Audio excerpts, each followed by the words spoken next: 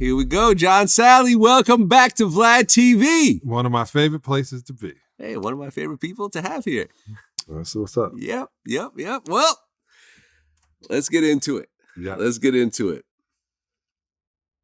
Russell Westbrook wearing a skirt. What's your take on this? Was it a kilt? It was not a kilt. It was a full-blown skirt. It had no plaid on it. Okay, there's no backpipe that came with it. That was a skirt. You know, in Hawaii. Okay, here we go. Right. Listen, man, I mean, he doesn't need anybody to defend him. I like when guys push and constantly push all different narratives. Sometimes, to me, it just seems like they're doing it to get the reaction. 100%. So if that's how they want to stay relevant or if they feel comfortable with, I don't know, man. I saw the Met Gala. Yeah. Guys are wearing cigarette dresses, I guess if they still call it that, pipe dresses. Yeah. Kid Cudi was wearing a dress and eyeshadow. Yeah, Kid Cudi's eyeshadow was dark. He's dark though. Yeah. That's my guy, but he's, I think when it moves in a direction they want to be, they want to be it. And the end thing is to dress like it's Hunger Games. Because that's what it looked like to me. The whole Met Gala looked like Hunger Games? Looked like the Hunger Games. And this is what it felt like too. Like, we're going to eat and then we're going to vomit so we don't gain weight. It just felt, it felt crazy.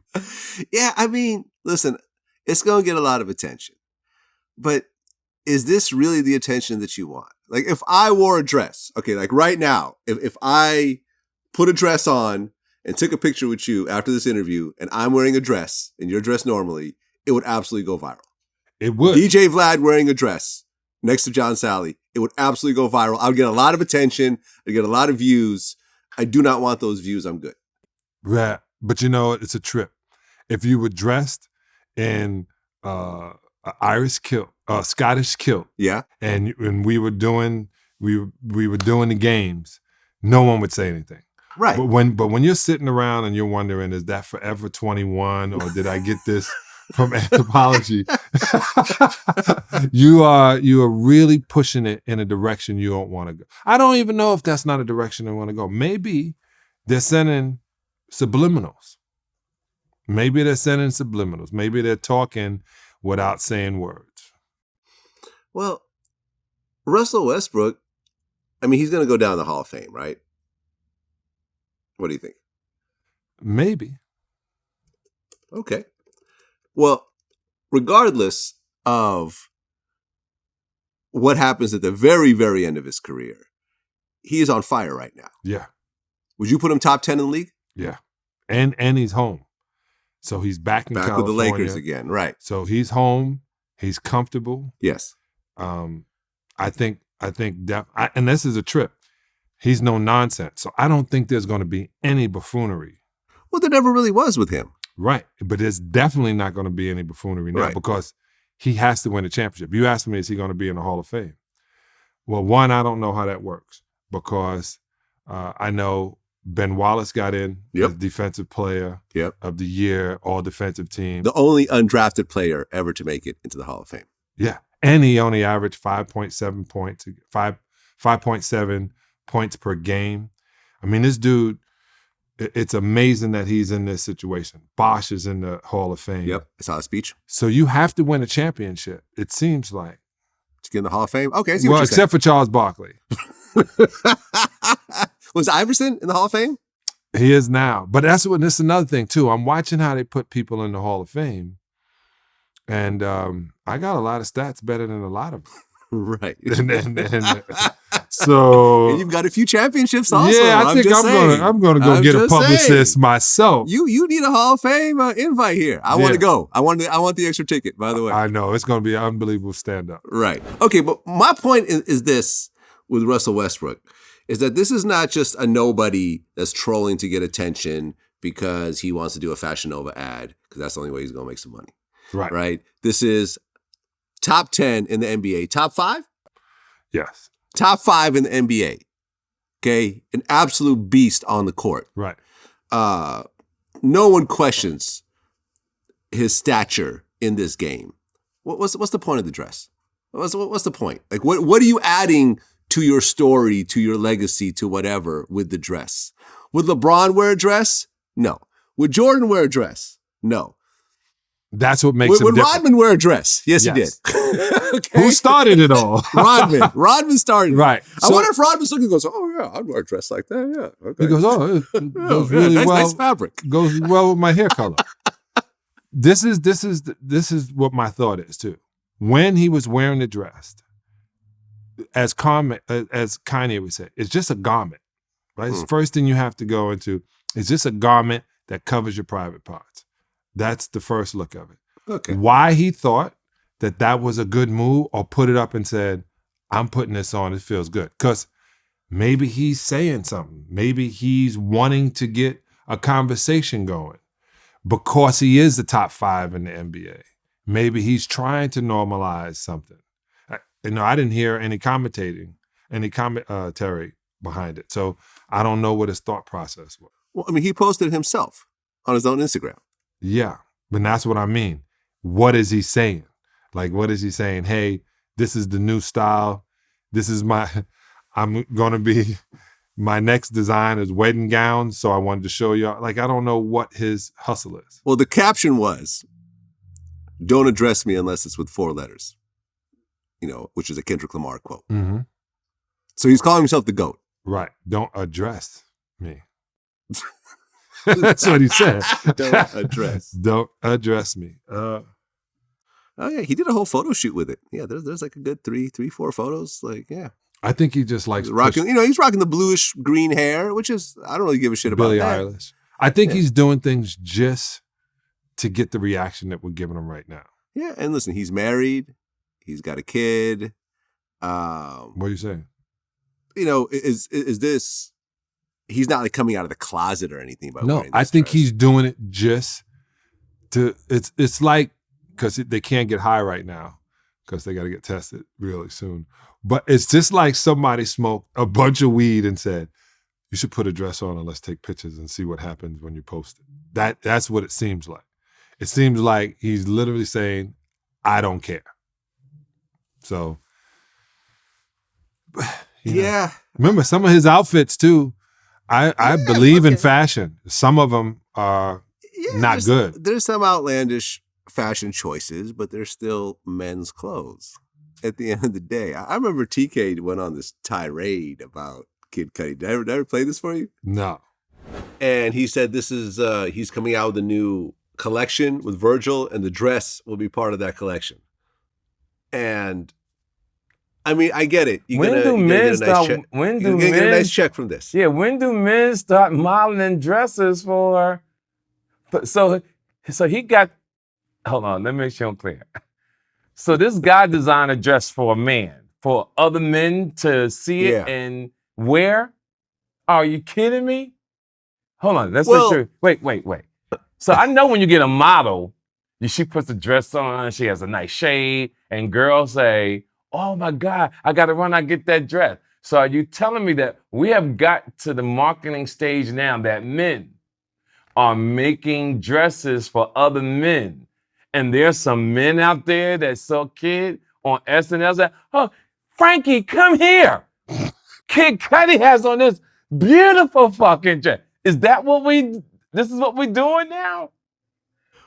Well, wow. I'll tell you this. Men designing dresses is nothing new. Right. In fashion. There have been phenomenal, I think, Saint Laurent, I think. Yes. A man I'm aware of that. Designed beautiful. I mean, because a man. Women. For women, right. For women.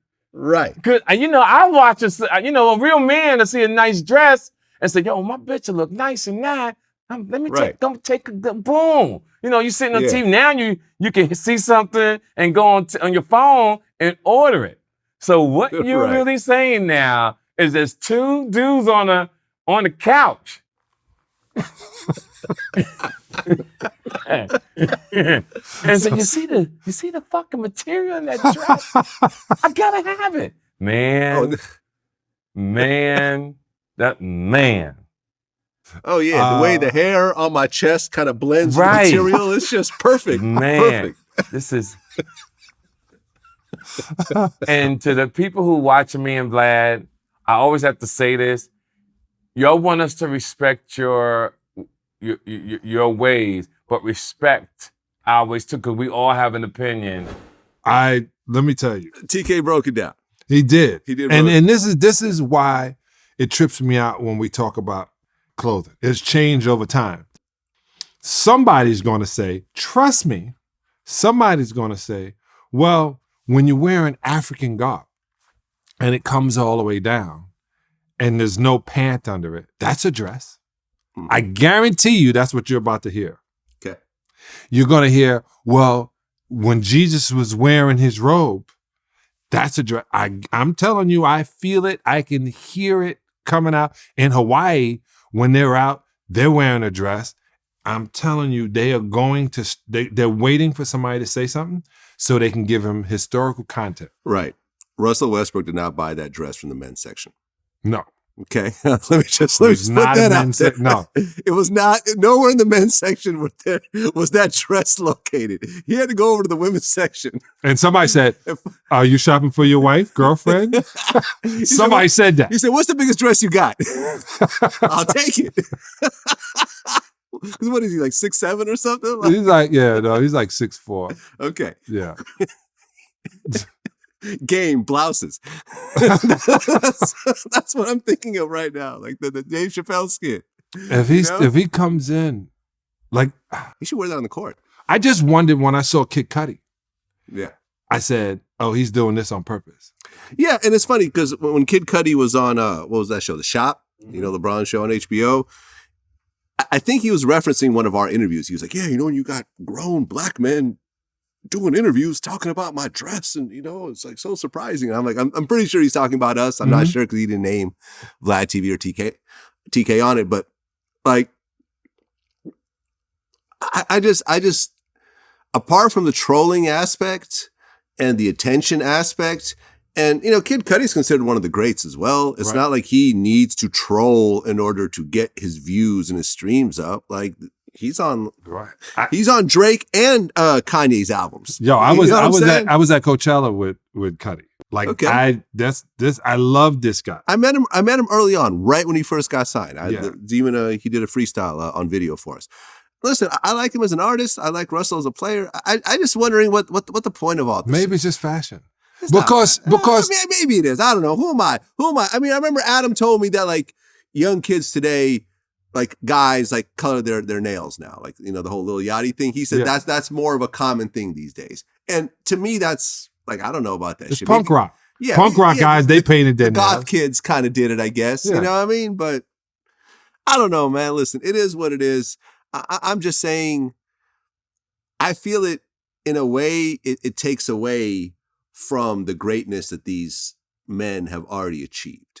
You see what I'm saying? They're already great. It makes you talk about something other than what they're great than what they're great at, which is music and basketball. Right. At the end of the day. Now you're talking about this damn dress. You're not talking about the fact that he might get a title or he might get a Grammy or you know what I'm saying? Like, I think it is. I think it might be a distraction on purpose. Distraction on purpose. And I don't know why. And like I said. Well, it got me because I'm distracted. I'm distracted too. And like I said, like, look, I have a sizable company. Our business is based on views and everything else like that. I just wouldn't do it. Me, myself, if they're like, listen, you could double your views this month by wearing a dress. I'm like, yeah, that's cool.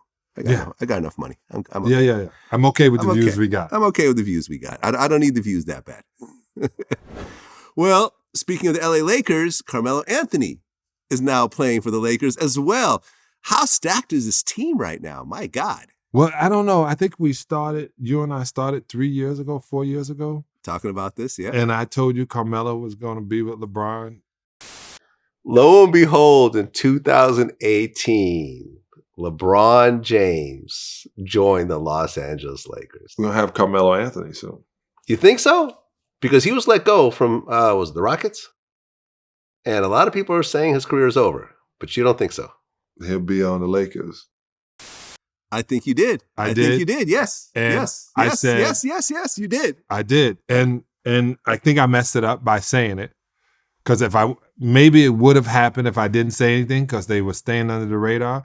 Remember, they were going to eat, they were having wine, they were talking about their future, which is a great thing. I'm glad players are starting now to realize that's what general managers have done. Look what they did with Messi. What's the soccer player? Is it Messi? Messi. Yeah. It's like, hey, we're going to trade you and everything about you over to this section because it's going to help build a league here. And I think LeBron and a whole bunch of guys have realized that we don't need to be moved around. We can move ourselves around because it's our career. I hope, I want him to talk to me. I told you when I first came out, I was a bigger Carmelo Anthony fan than I was a LeBron James fan. I even said I think he should have been the number one pick. I had to apologize to LeBron because he wanted, but I'm such a Carmelo Anthony fan. Being in this town, which he's been, so imagine he's been in New York, now he's in Los Angeles. It's going to change. If they don't win 72 games, I'm going to be disappointed in this team. Like if they don't match what the Bulls did in 1996 or what the Golden State Warriors did by winning 73 games, I'll be disappointed in these guys. Okay. Well, Carmelo said that loyalty doesn't exist in professional sports. True. That's true. Yeah. You have to be loyal to yourself. I explained this a long time ago. When I was on Detroit Pistons, we were loyal to the team. But there's no loyalty because you can trade a guy and get somebody else. And they're not caring about how much you're dedicated to the team. They only look and say, can this person help us win this many games? So there's no loyalty. It's only about what you can do. If you can do it, cool, you get the job. If somebody else we feel can do it like you, but maybe a day better, we're going to give them the job. So like when guys say to me, oh man, I didn't like you when you were in Detroit, but then you became a Bull. And then you became I said, hey, the NBA to me is like the IBM. You just work in different offices. The Chicago office, the Los Angeles office, the Cleveland office, the Miami office, the New York office. That's it. It's still one league, but they're all different divisions of that league, different offices, headquarters in that state. So you can't sit around and say, oh, this is my guy, this is the best thing. I'll give you an example. When I was watching you skip to my Lou interview, which you did a great job. Thank you. And I'm glad, he was so mature and was able to understand. Very, very, very mature. Yeah. One of the most mature professional sports players I think I've ever interviewed. Yeah, he definitely matured into understanding from Queens to where he was in the finals. He understood. So he not understanding saying Jalen Rose was a terrible teammate. He didn't realize, or a lot of people don't realize that when you're in professional sports, this is your occupation. And your occupation is based upon you doing the best job you can possibly do and how much they can get out of you with the time they have for you. So he made a thought Jalen was a terrible teammate. But if you're both point guards and you just got a 6-year, $30 million contract, I'm not going to be your best buddy and friend. And I'm the vet. I don't know. And you did an interview with Queens Flip. Right. And you talked about Jalen Rose. You said, him and I didn't get along. I love Jalen Rose as a man, but he's a terrible teammate. So, and I did the interview with Jalen, and Jalen understood. The part that I would love to, so people can understand. It's not that he was a terrible teammate one way. You see what I'm saying? I was a terrible teammate to him as well. We were terrible teammates to each other. The only way you're going to learn is by watching me. The difference with me is I had Matt Geiger when he was in Miami. By my third year, Matt Geiger was playing way more minutes than me. That was a coach's decision. And I was like, I'm happy Matt's playing more I'm happy Madden's moving on. Rick Mahorn was nice to me. Sid Green was great to me. Bill Laimbeer taught me a lot. He taught me a lot. Bill taught me a lot. So it's literally, if they feel they can get more out of you, they're going to put you on the court. And if you're not getting the minutes you're supposed to get, you become expendable. Have you watched the Netflix movie High Flying Bird? No. Pretty good. I What's started it? watching it yesterday. High Flying Bird? High Flying Bird. It's about the basketball lockout. Oh. And Bill Duke is in it. Plays a coach in as one of the characters. And he had this really cold line, because I guess everyone's kind of trying to figure things out, during the lockout, not the lockout, the when things shut down over COVID. Okay. Yeah. Pandemic thing. Yeah, the pandemic thing, sorry. So they're basically talking, no one was making money, like salaries were being cut, the agents weren't making money and so forth. So he's talking to his old high school coach, Bill Duke. And he's like, the NBA made a game on top of the game. They knew that blacks were better at this game, so they had to make a game on top of the game to control the game. Because I guess at that time, the Harlem Globetrotters started to go global. So the NBA had to come in and control the whole game, and that's how they created this whole system that to this day is now what it is. It is. Because think about it. When I got into the NBA, there was 11 European players only. Now there's what? 130 out of 430, out of 460 players. Now you also have to think, they got NBA Africa. So yeah, who what's his name? Obama is actually a part owner of. Yeah. Yeah. Yeah. NBA Africa is going to change the way everything is done. I saw these guys in Africa running and jumping over a 7-foot pole, running and leaping over forward.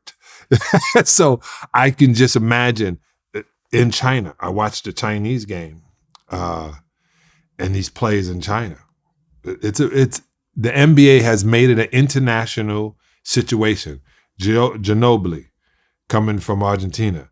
It's no longer you come from Queens or from Brooklyn or from Chicago and you're one of the greatest players in the world. There's a bunch of Dirk Nowitzki's coming out. Right. And in fact, like I looked up, various reports on the top 5 players right now. Mm-hmm. One of the lists that came up, Luka. Well, he wasn't in the top 5 list, but the top 5 list they have was Kevin Durant, number 1, Giannis, number 2, who's technically European, right? Right. LeBron, number 3, Curry, number 4, and Nikolai Jokic. Wait, Jokic. From Denver. Yeah. Yeah. Who's European as well. Yeah. So that's what I'm saying. You look at the top 5 right now, 2 of them are from Europe. 2 of them really should be 3, because my man from Dallas is one of the best players. He's like Larry Bird on steroids to me, or Larry Bird 2.2. Because right. It is, and that's what I'm telling you. It's no longer. Remember they used to say the lower you go on the social level of poverty, usually the better fighter you were. Mm-hmm. Right? That was Chris Rock made that joke.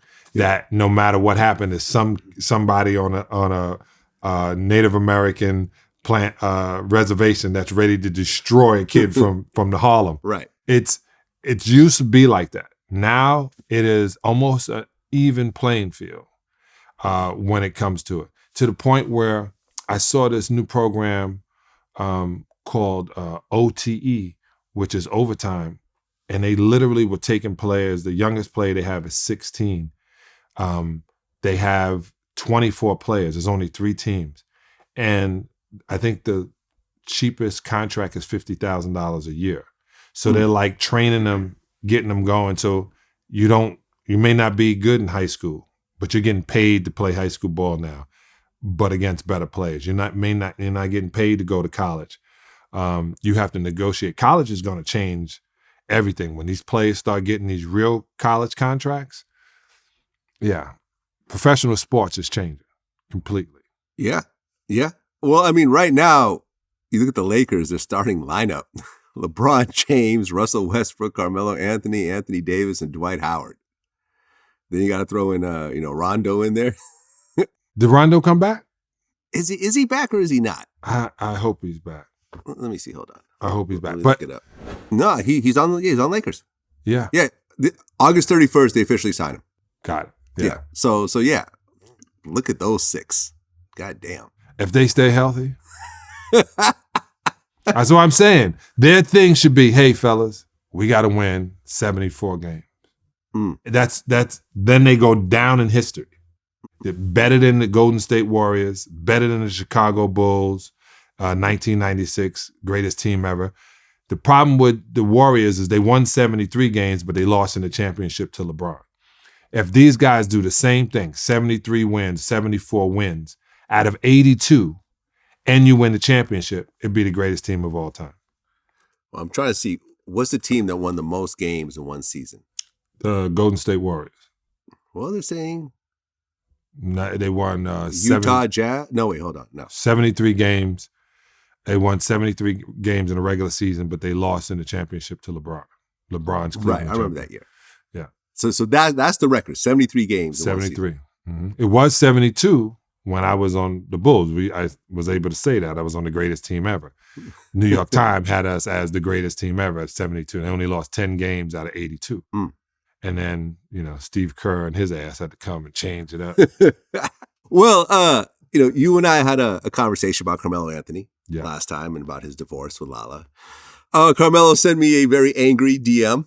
And you deserve to get it. I deserve just to get was it. mad that I was like, is he talking? And don't look at me. You know you my mans. It was like, you better stop talking about me. I'm serious. I Yeah, mean it. I'm like, all right, whatever that means. because he felt, he could say it to you. I guess so. He felt comfortable saying it to you. I guess. Are so. they still getting divorced? I think so. I mean, I've seen some reports about how expensive this is going to be because he's worth about $160 million. Yeah. She's no slouch herself, but she's not $160 million rich. Yeah. And they have a son together, and they've been married, I think, 16 years or something. Quite a while. Quite a while. Anyways, man, listen, Carmelo, I'm sorry that you're angry at me over what was discussed. At the end of the day, this is my job. Okay. Yeah. I don't tell you what to do on the court. And you're not going to tell me what to do on Vlad TV. It No. just is what it is. But I tell you this, it's rough. Like I said, I'm hosting Couples Retreat Couples Retreat on VH1. on VH1. Congrats. Along with the wonderful AJ Johnson. Mm-hmm. And when they were having a conversation, and I auditioned, when they were having a conversation, what do you think you can bring to this show? I mentioned being married 28 years. My wife is really good at it. Congrats. She's really good at it. I'm not so great at it. But we also, whatever happened in my life was never public. Whatever, not saying anything happened, but it would, I'm not saying it happened. Things happen. All right? Things could have happened. Things could have happened. And it's not public. Yeah. For Carmelo to go through all this public, he got traded from New York. He almost didn't have a team, and he's on Portland putting in work. Mm-hmm. Yeah. Now he's on the Lakers, where when we first started talking, I said he should have been in the first place with LeBron. It's kind of hard to have a career and a family life in this atmosphere. Sports shows have all. When you look at the movie Major League, you remember Major League with Charlie Sheen? It's so much going on, and it's moving so fast, and you're trying to navigate through it. It's hard to do. Well, let me put it like this. I don't think it's so much difficult to have a career and a family life. I just think it's difficult to stay married when you have a side baby. I think that's really what it is. Really? Yeah. Yes, some women will be accepting of it.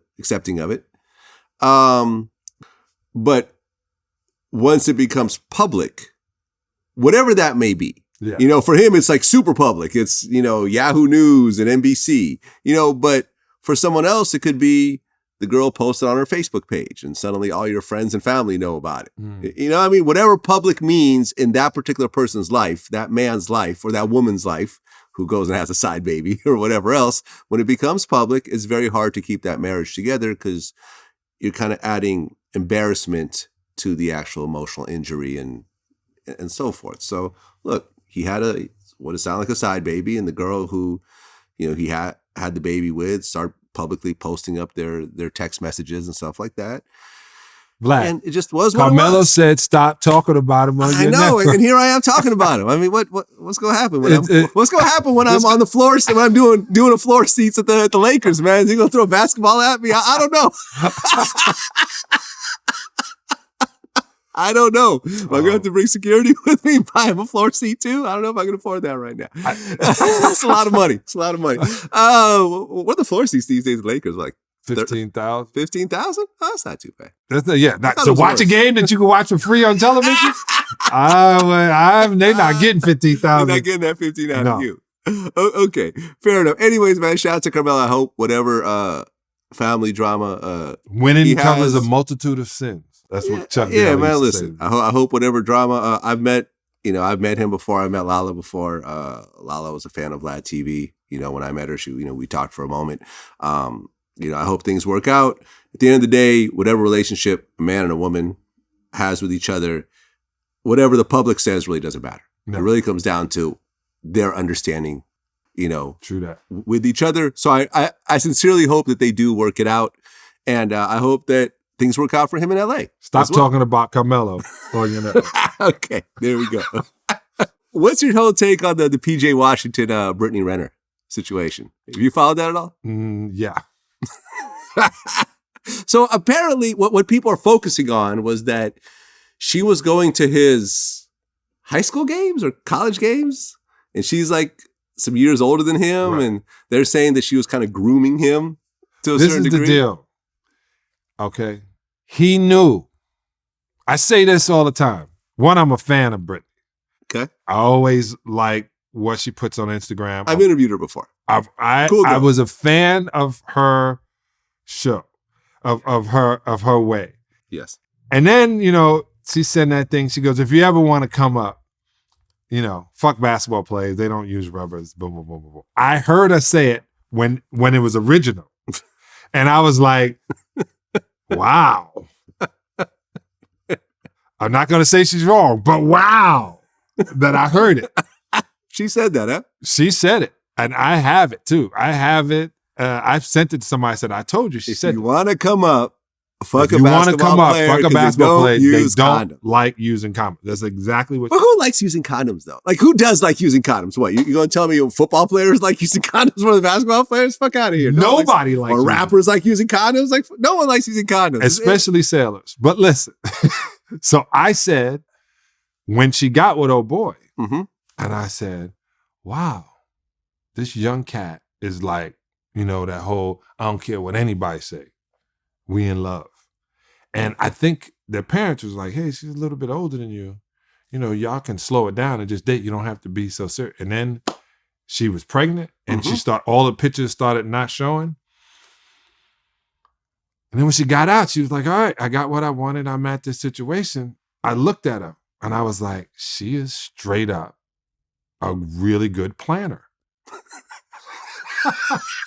This chick, Brittany, you are really good at planning your future. Right. And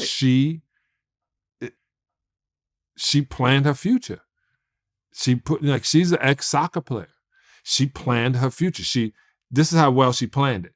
Not only did she have a baby with a multimillionaire, she had a baby with an athlete, and she's an athlete, knowing that she's going to hopefully have her kid be an athlete. Like she is literally keeping the bloodline as strong. And she picked a good candidate. This is a good kid to have, he's a phenom at 18, 19 years old. Yeah. So she's a really good planner. I'm still a fan of hers too. So I just Listen, she's an attractive girl. I can understand why the condom might get thrown out the window in that particular situation. I get it. Right. Especially at the end of the day, if that's like your girlfriend, who you are seeing, what, y'all really going to be using condoms? No. You know what I mean? And you know what else she did? When she's now giving advice on when your baby mama or baby daddy is being a problem. So she's constantly giving herself content to have a conversation about from being in the middle of it. Right. She's saying it's a stepdaddy season right now. Yeah. She's hanging out. She got the baby with Tiana Trump, the porn star. Like, they're posing with the baby and everything. I think she went on like some sort of strip club tour with Tiana Trump. Did she? Something like that, yeah. Something. Or some sort of club tour, like something. She secured the bag. Listen, I guess from my point of view, what exactly did she do wrong? Like, why is everyone so mad? Like, it's not like Zsa Zsa Gabor didn't do it. Well, now I'm going to show my age. Liz Taylor got married 7 times. Yeah. There's people always put this up. Marriages used to be set up according to wealth and stature, right? Yeah. What did Genghis Khan do? Genghis Khan married his daughters off and then put his son-in-laws into the war, knowing they were going to get killed, so the daughters inherit the wealth of that village or that tribe. Right. I mean, there's everybody has always thought of how can I come up and I don't care who I got to step on. Genghis Khan also had like 1,000 children. Just so you know. Yeah. He made sure I'm actually not exaggerating. It was really like 1,000 children. Yeah, he made sure his bloodline was moving. Yes. Pull-out game was super weak.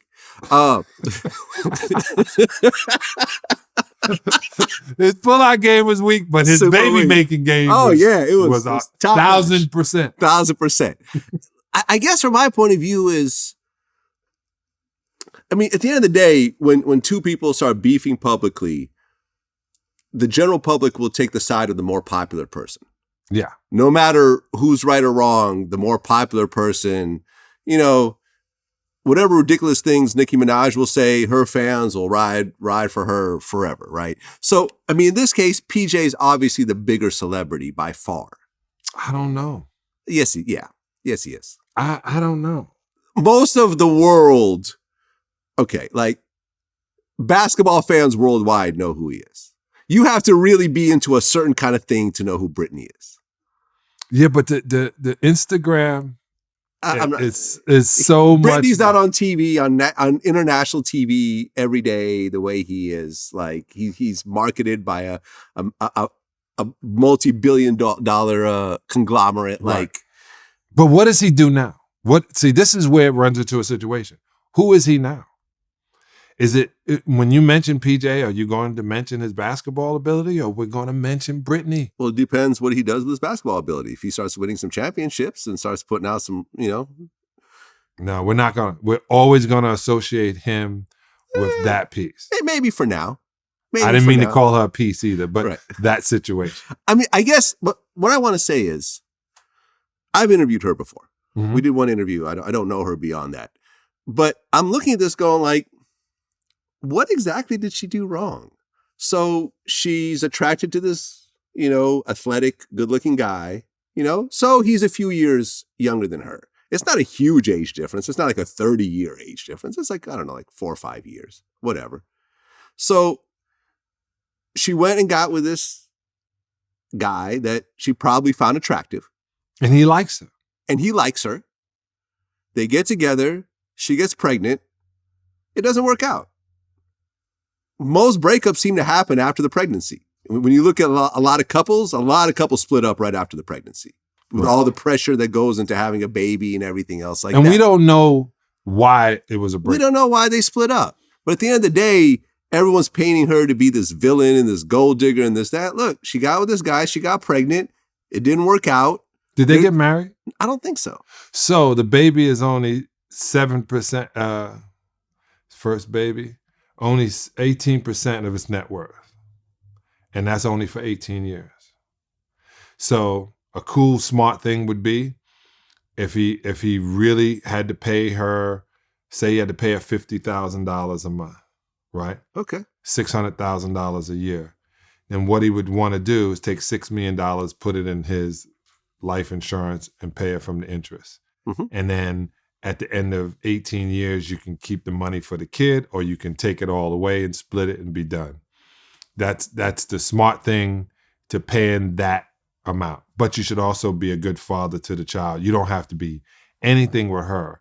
And you should build up who you are as a human and then move on from there. I was blessed enough to be able to get my kid, my first daughter, Giovanna, after 18 months. I was able to raise her because her mother knew that it was a better place to be with me. And then when I got married, I legally got custody. Nice. I was one of the only men to ever do that. Malik Yoba told me that. Like one of the only men to ever get their child and the child being a female. So okay. So when you do it, you just have to understand all the other things going on between you and the other person is no longer important.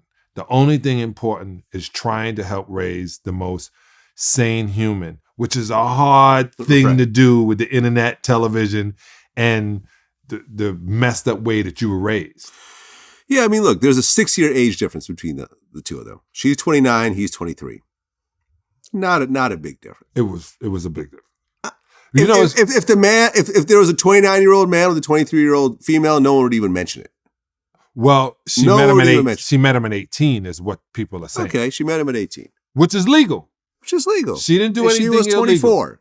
Right. She didn't do anything illegal. She got young penis that was ready to go after ejaculation. When I was in college, when I was 21, I think I messed around with an 18-year-old, like, you know what I mean? 17, almost about to be. No, 18. I'm sure about that one. Yeah. If you lived in Miami, they would say the legal age is 16. I used to say, why do y'all know that?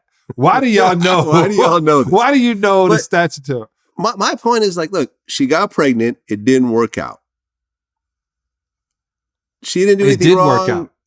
It did work out. Everything she planned worked out. I don't think she said, hey, I'm going to get pregnant and then I'm going to dump him and I'm going to be a single mother and try to take him for as much money as I can. I think the idea was, hey, I like this guy.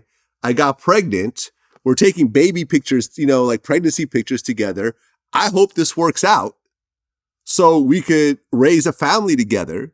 I will do a lot better being with this man than being separated, right? Because as he continues to build his wealth, you're right there with him.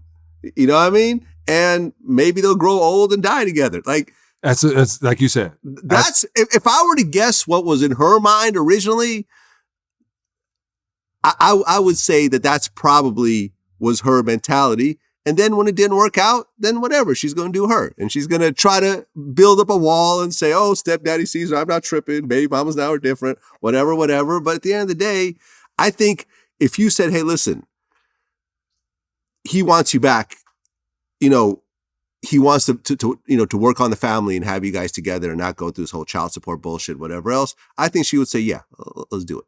Okay. Based on what I know from interviewing her and what I've seen online. That's what I think. I've always wanted to meet her. I even got to the point where I would like pictures. I didn't care that they saw that I would put likes on pictures. I always wanted to meet her. I thought she was dope. I thought she was funny. Next time I interview her, I'll reach out to you. You could hang out. But the thing I did, I thought all that, but I did hear her say, hey, if you want to come up, I heard it myself. I watched her say it. Basketball players, they're dumb. They don't use condoms. That's the come up. So I heard her say that. Whether her subconscious made it happen that way, however that may be, I heard her say that. So it was always a situation to be on the lookout on what was happening. Well, you know what they say, everything you say can and will be used against you. And here we go. If she said it, she gonna have to live with it.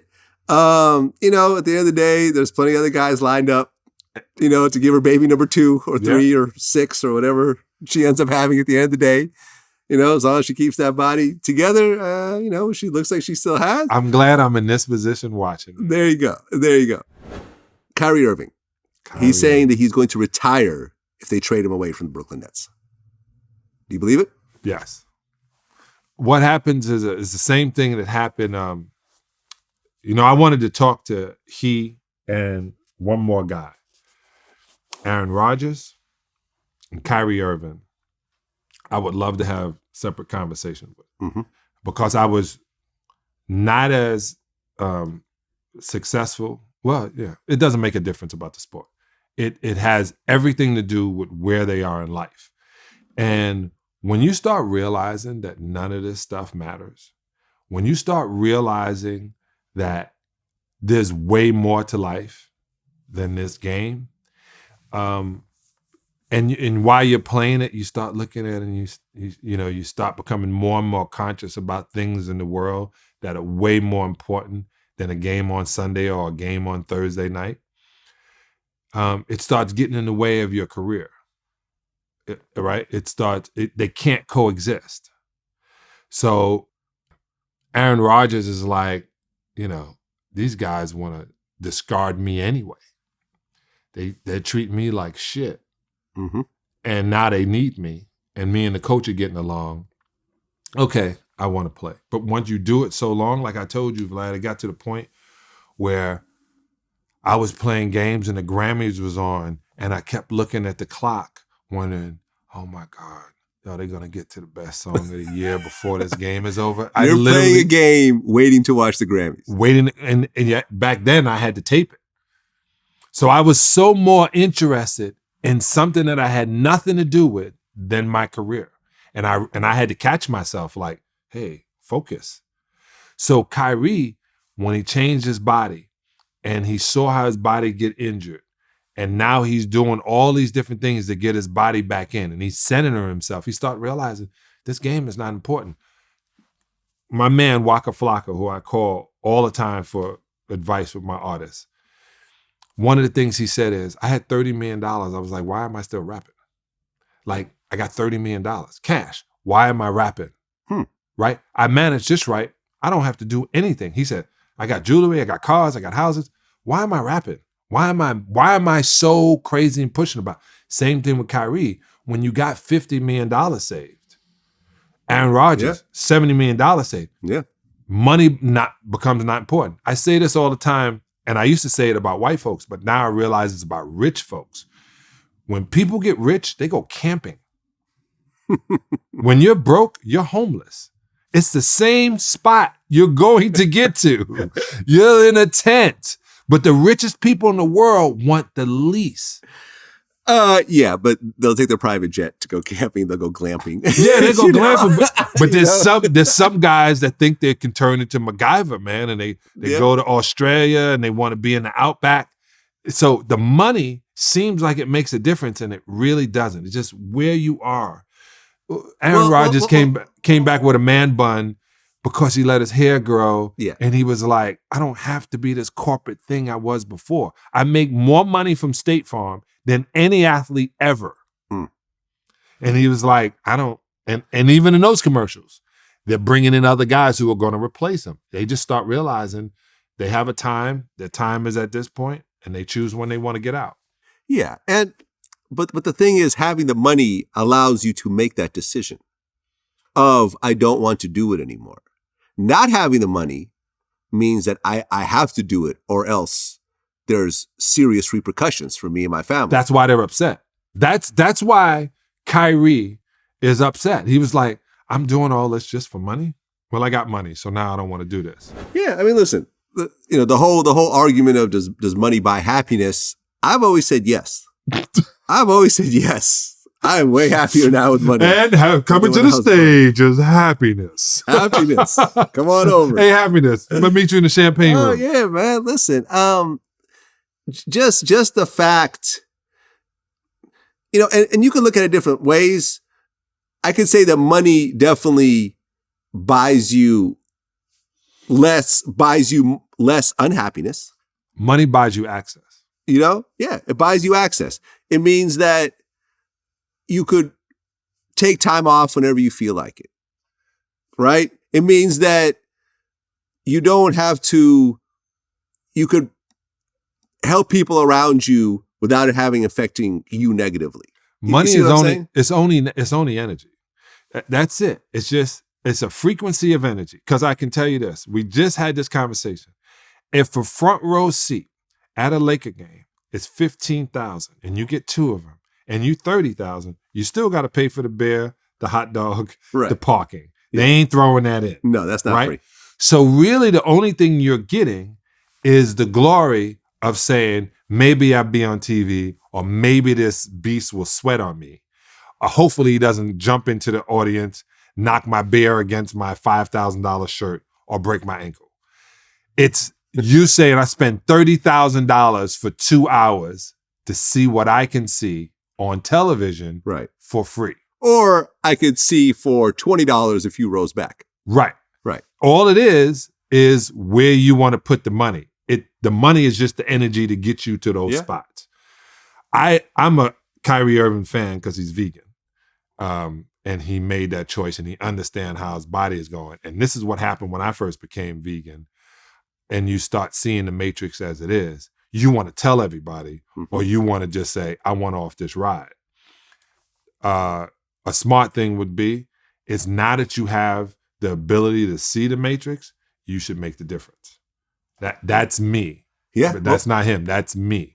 He should make the difference. Well, we'll see what happens. We'll see what happens. I'm a fan, of Kyrie. If he retires, in the near future, I mean, he's had a good run. He had a good run. He had a good run. He got a championship. He got a chip. Yeah. And in 15 years, he'll be in the Hall of Fame. There you go. Well, the Rockets are working with John Wall on a trade where Wall is going to make $44 million. God damn.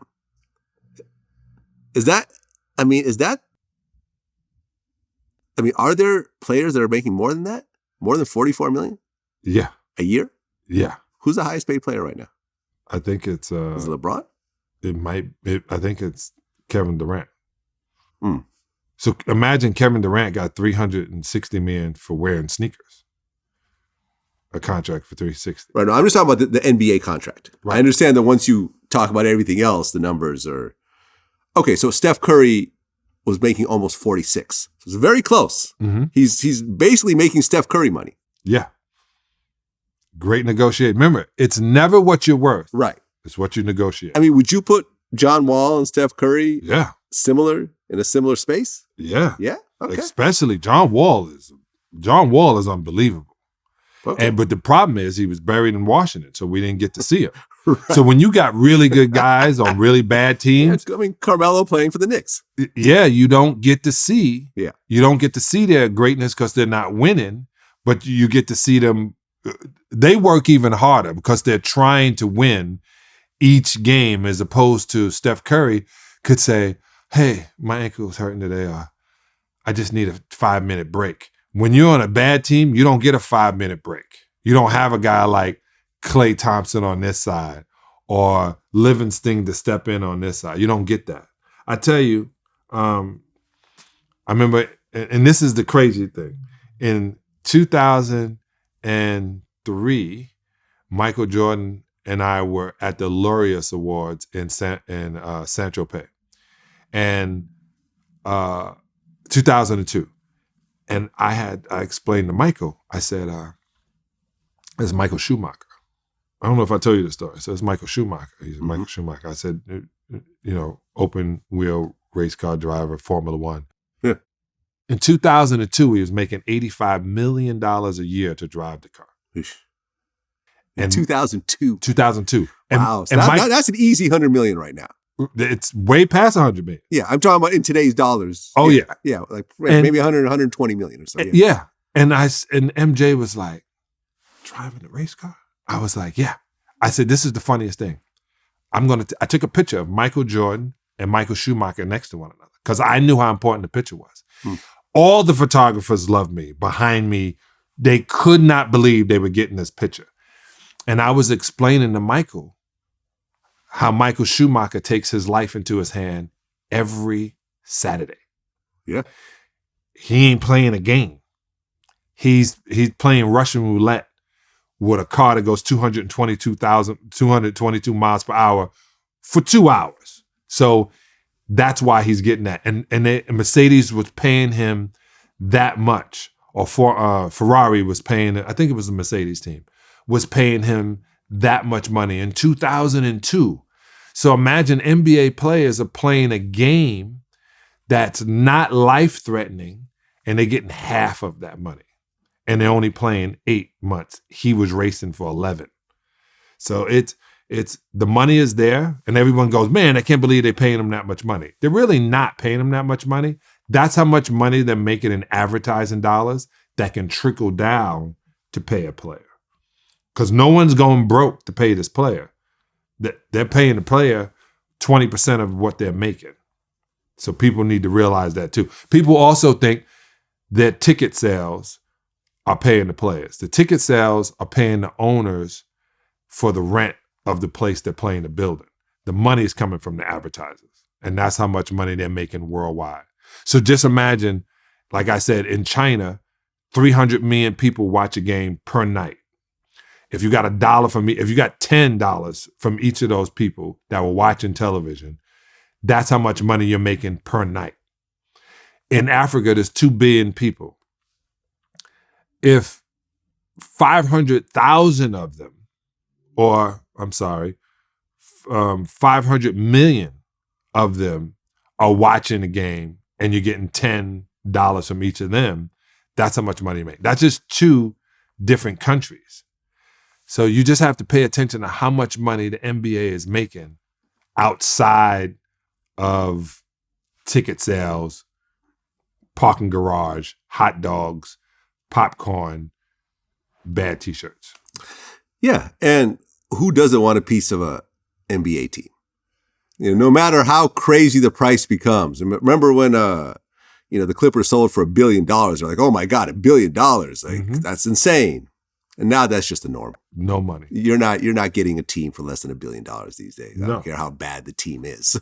It's going to be, and the Clippers were awful at that time, right? And not only were they awful, right after that, they traded their coach for a coach. Remember, they got Doc Rivers in, they got Chris Paul. They tried every single piece they can to get Blake to work well. I wish I was part of it. I just don't like the feeling of people, and I guess the sale of their bodies. It's almost like a circus. Well, I mean, you mentioned Jordan. Scottie Pippen recently said that Phil Jackson told him that he's the greatest player that he's ever coached, which once again goes back to what I said, what you've been saying for years and years and years. Phil Jackson would brag about Scottie and base things on Scottie. Ability, athletic ability, his basketball knowledge, and his demeanor. So everybody was talking about, well, Michael Jordan is the greatest of all time. He's the greatest in the 90s. I don't want to get into it again. He was the best from 1990 to 1998. Still not going to be better than Dr. J in my eyes because I'm not saying that. Michael Jordan really put it down in every place you can possibly. He used to torch us.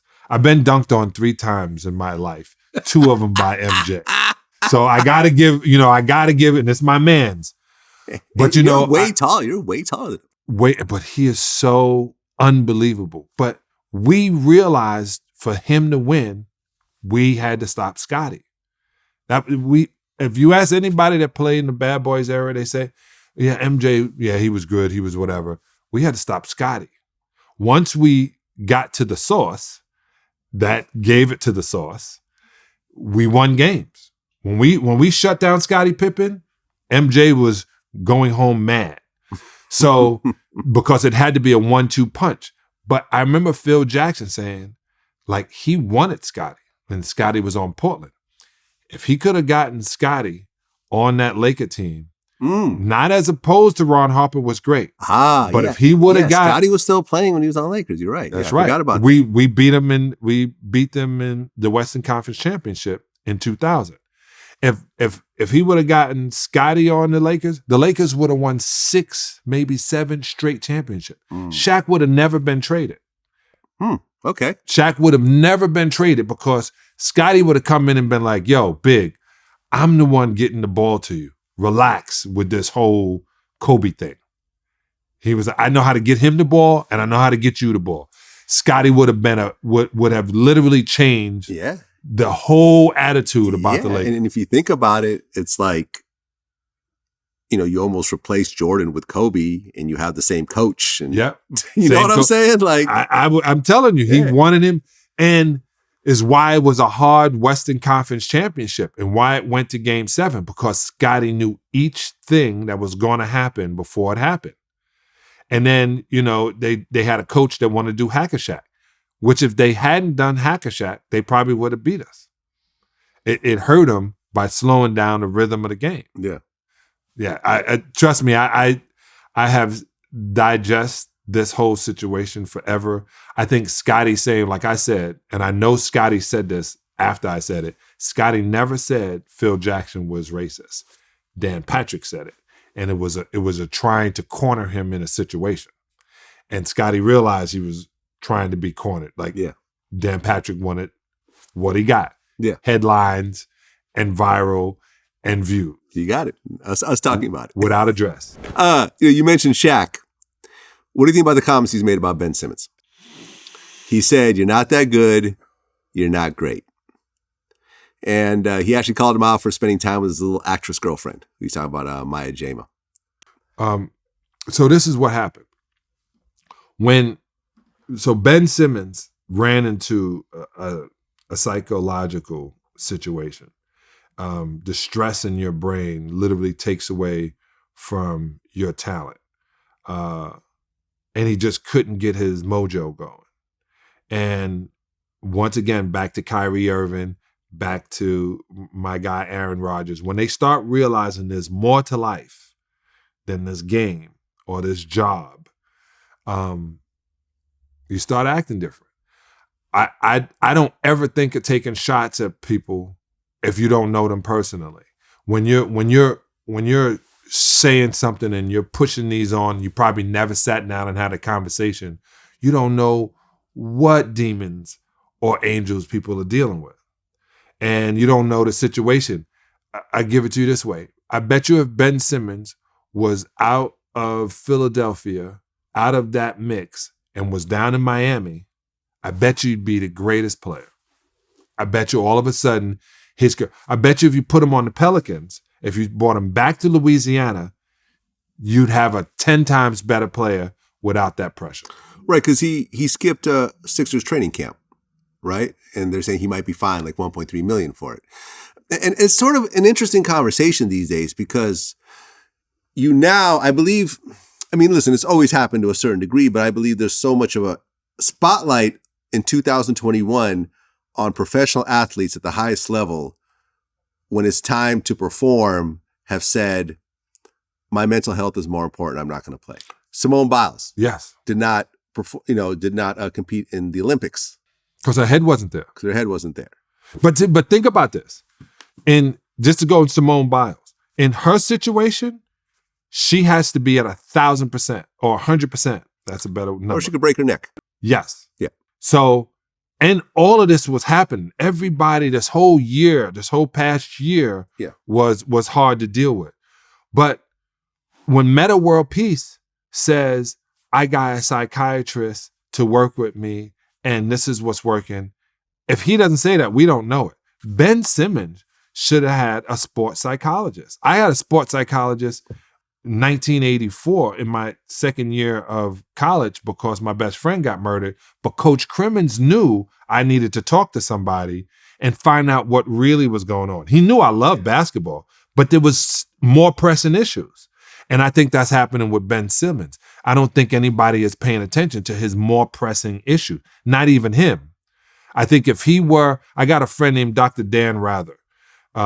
Sounds funny, but he has, right?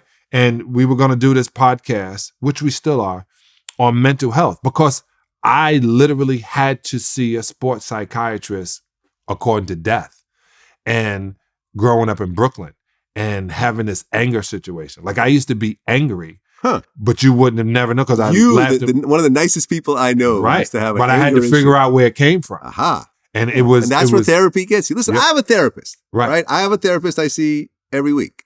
It costs me $500 an hour. Wow. You know what I mean? It's not cheap. Right. He lives in a $6 million house in Malibu. Thanks to you. He's worth it. Yeah. But he's funny. He's great. He's one of these, you know, I mean, he's worth the money. And I understand, I'm not downplaying therapy. I understand how important it is. I understand how you need to figure out where the cause of your anger and your issues and have someone who's usually older, who's been through similar situations with other people, help you navigate certain things. I get it.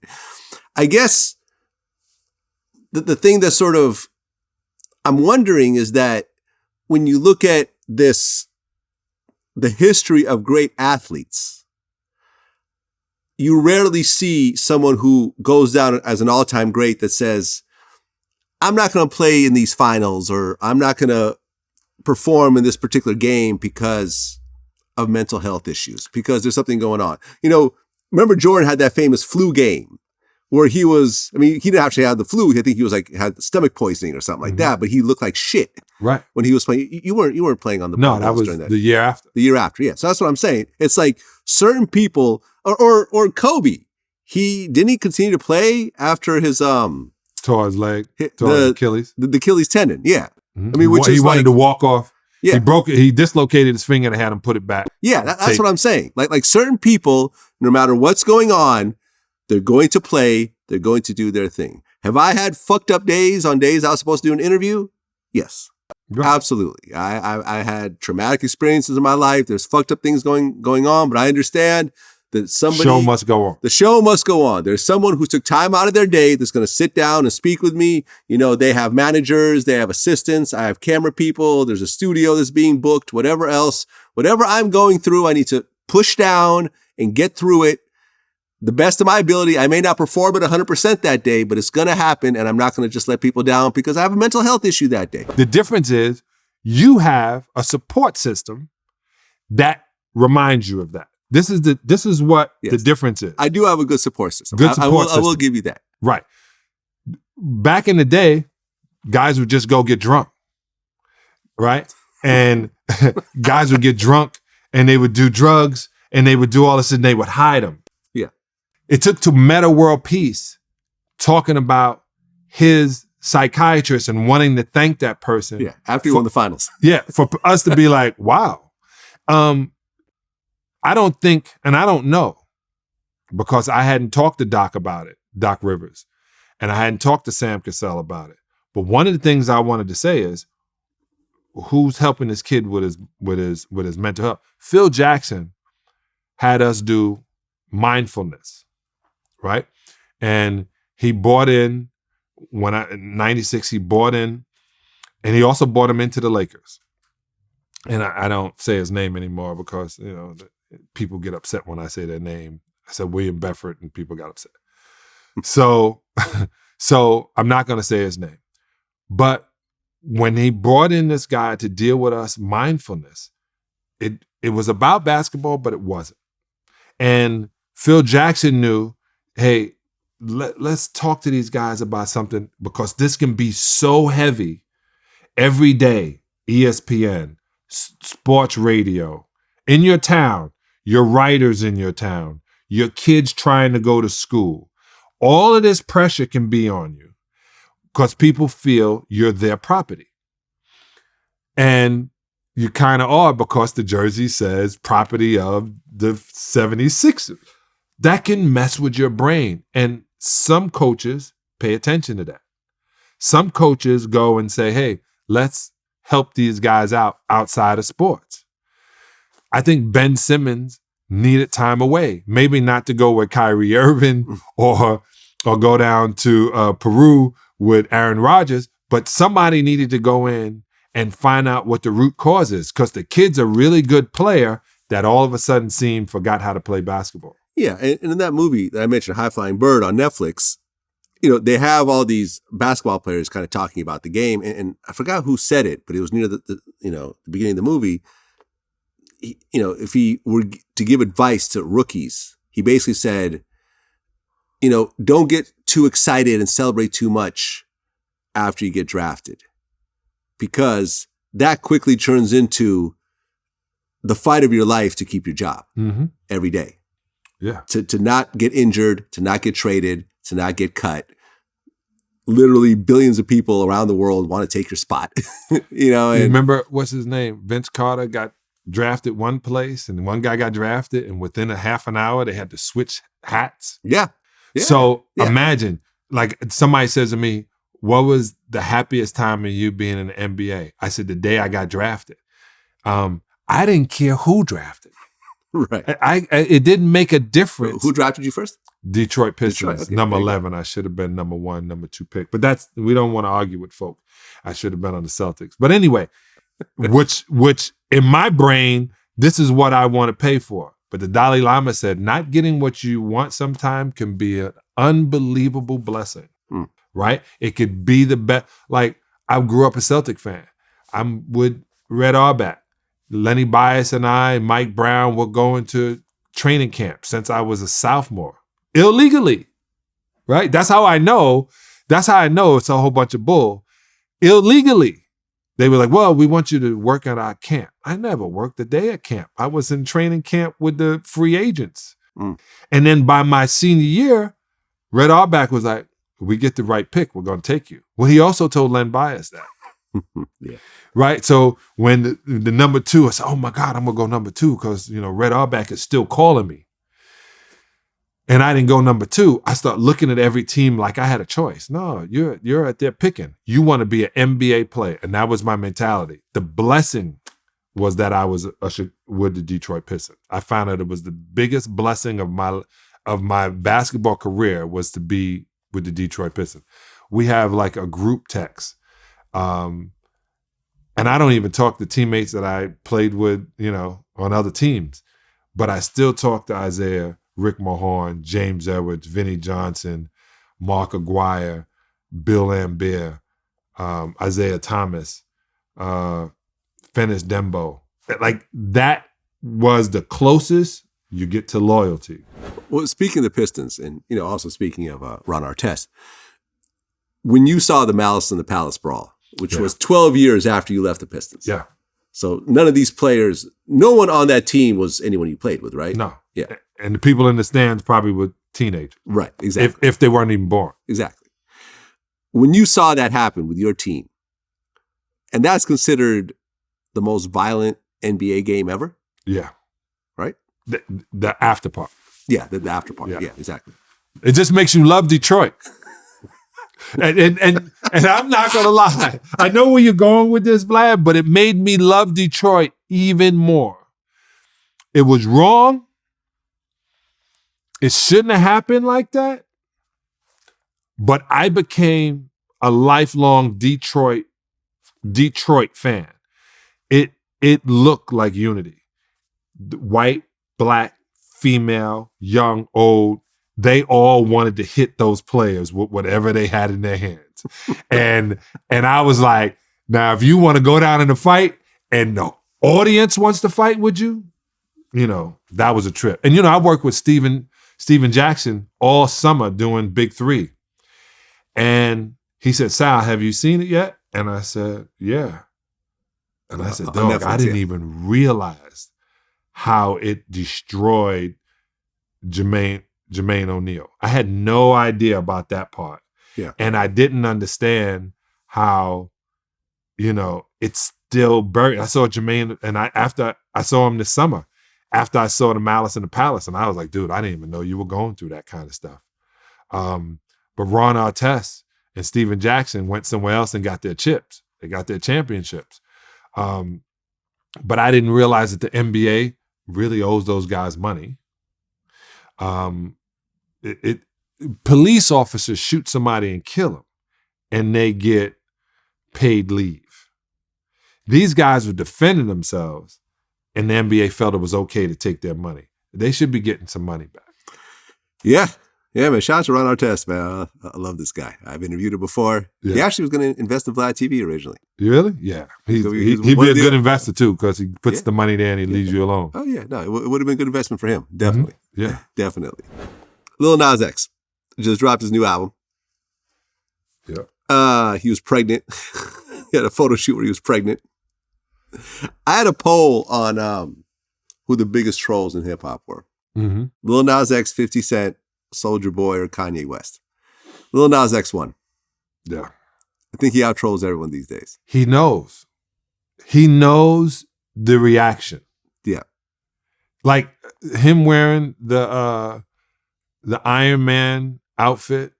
Let me tell you, every time I see him, I can't imagine what it costs. His wardrobe is more than Katy Perry's concerts. Right. Or more than, remember, He's Madonna's going all out. concert. Yeah. Like his wardrobe is, and I said on this show, I'm a fan of Little Nas X. And you should see some of the comments, or you see them all, that come after I say certain things on your show. But you have to realize that Little Nas X is making and keeping himself relevant. And that's important when you're an entertainer. I go back to this. We talk about Madonna, not anymore. We talk about Lady Gaga, not anymore. Mm-hmm. But who started all of that? People gonna say it was Cher. No, it was Bette Midler. And before Bette Midler, it was Rod Stewart. Not Rod Stewart. David Bowie. David Bowie. Yeah. Right. Elton John maybe also around Right, that time. but- Yep. Elton John and David Bowie were wearing dresses and putting on makeup Yeah. and being Elton John is gay. right, And David Bowie, from what I understand, was bisexual. right. And would do everything they're doing now, but then all of a sudden they forgot about it. I used to talk about Cher. Cher, the original Kim Kardashian, right? Okay. Yeah. The original Armenian girl I'll who give her that, yeah. right, was dating a younger guy and was known for this and known for that. And then they fall out, and then the next person is in. Mhm. Nas X realizes that, and he realizes the more they put him in magazines, the more streams he gets, the more people pay attention, the more they want to hear from him. So in this entertainment, Kanye said it best, like, he's not here to entertain people anymore. He's only he's only here in the glory of God. But in order to make that money, you have to be entertaining. Yep. So he's right and wrong at the same time. Well, he's right. Little Nas X realized, there's so much out here. I have to be completely different from everyone else in order to make a splash. Yeah, I mean, listen, if I were to guess, originally when he came out with Old Town Road, Mm-hmm. considering the song was somewhat of an accident in a way, it wasn't like he wasn't signed to a label. It was just a SoundCloud song from a beat he found on the internet, and it just became catchy. And the next thing you know, Billy Ray Cyrus jumps on it and turns it into this huge phenomenon, biggest song of the year. I would say, okay, he's probably going to get a few more chances, but this is probably the end of his run, because I don't really see a high degree of talent level with him as a rapper at this time. Right. At this time. He's completely surprised me. He's kept that run going hard, since then. Pause. Like he has continued to really, I mean, he's now has multiple hit songs. Whenever he's at any award show, whatever, he steals the show each time.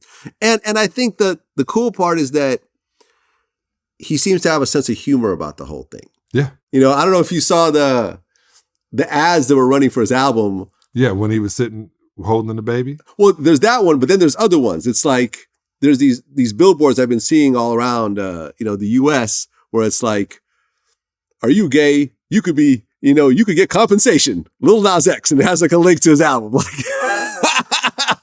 And it's like, do you are you bothered by Lil Nas X? You could get money. It's like these fake lawyer ads. Somebody is constantly thinking how to keep him. I think it's actually him, because for example, I interviewed Pastor Troy recently, right?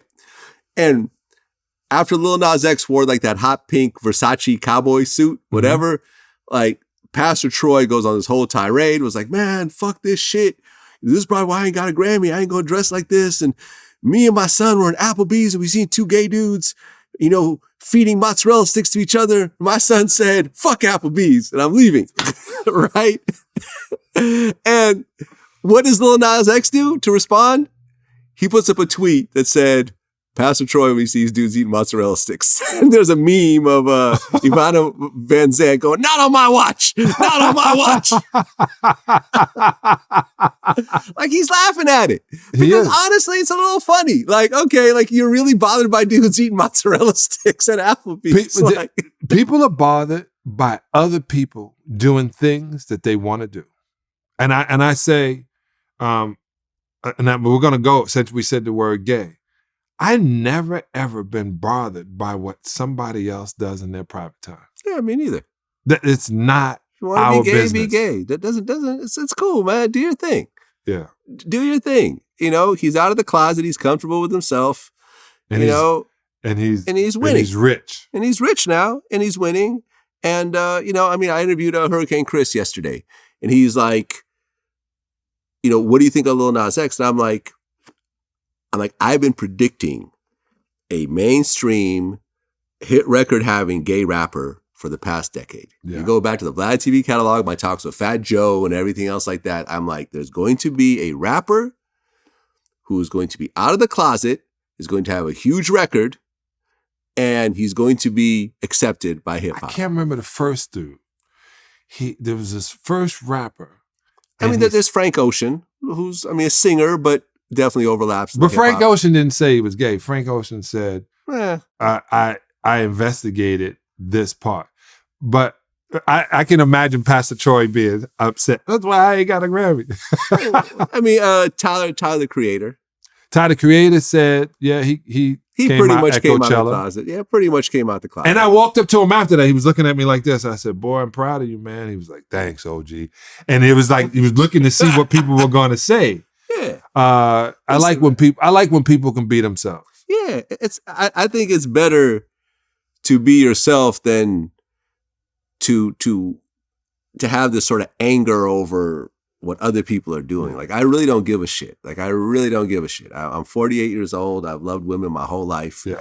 I don't feel, and I was thinking about this morning, like, I don't think at any point in my life, if you showed me gay imagery, it would somehow influence me, even as a child, to want to experiment or to be gay. Like, right. Like I've seen gay imagery throughout my whole life, right? Movies, like TV, Catholic church. Yeah. I'm not a Catholic, but yeah, I'm just saying, like, like I've been seeing this stuff my whole life, just living in America. I've always just loved women. Like it's never made me go, oh. And that's fine. Yeah. That's exactly what that's exactly so fine. I don't really care about it. I just really don't care. But people like Boosie, who's a regular guest on my show, he don't like it. He don't know why he don't like it. Well, he feels that, he's got like 10 kids. That has nothing to do with his kids. He feels that it has some sort of effect on kids. And Lil Nas X was just on Breakfast Club and he basically said, fuck your kids. He literally said it. He said, fuck your kids. I don't give a shit. Like I'm here to do me, and however you want to raise your kids, that's up to you. I'm not responsible for raising your kids. Right. So he can also say, hey, so racist people are having an effect on your kids too. You ain't talking about them. He is. Well, either way, he's the biggest, and I love Bootsy. Yeah. Bootsy's the biggest influence for his children. Yes. He needs to know that. Yes. Mike Tyson made sure he knew that. Well, what'd you think of The Baby? The Baby got canceled to a certain degree. That's not fair either. A bunch of his shows, he had a bunch of big festivals that they literally kicked him off the lineup right after those comments. So they still had to pay him, though. They had to pay him the whole amount? No, because if he agreed and they let him off, they can't say it's on Morrow's account because they can't say his opinion about. So they probably had to pay him the whole amount. They probably had to pay him. So this is the deal, and I think that cancel culture shit is some bullshit. I agree. I think it is, and I think just like I don't care if he feels he wants to say whatever he wants to say, and it came from someplace else too. It didn't come from him saying all gay people. It came from literally him knowing somebody, and he was talking literally to that person, but he was talking to everybody about the person he was talking about, and he shouldn't have done that. Yeah, he's met with like 9 HIV organizations at this point. Yeah. And he issued a public apology. And I don't know. I mean, it is what it is. At this point, I feel like life is moving on. I mean, certain people probably won't work with him. Well, I got the Certain people record. will. I got him and Wayne's record, so I like the baby. Yeah, Hey, I like the baby. I interviewed him. Yeah, I interviewed him, man. Listen, I like him too. I think he's a dope artist. At the end of the day, though, like I feel like it's so interesting that when things happen that a certain group of people don't like, they will really try to force that apology out of you. They will pressure and force that apology out of you. And I feel like when you look at these types of situations, it's usually best to apologize in the short term, but usually in the long term, if you don't really mean that apology, it's going to hurt you in the long term. In the long term. In the long term. I think the a way lot that of people perceive you. I think a lot of You know people what I mean? have too much power though. And I think when they get into that petitioning and boycotting, and they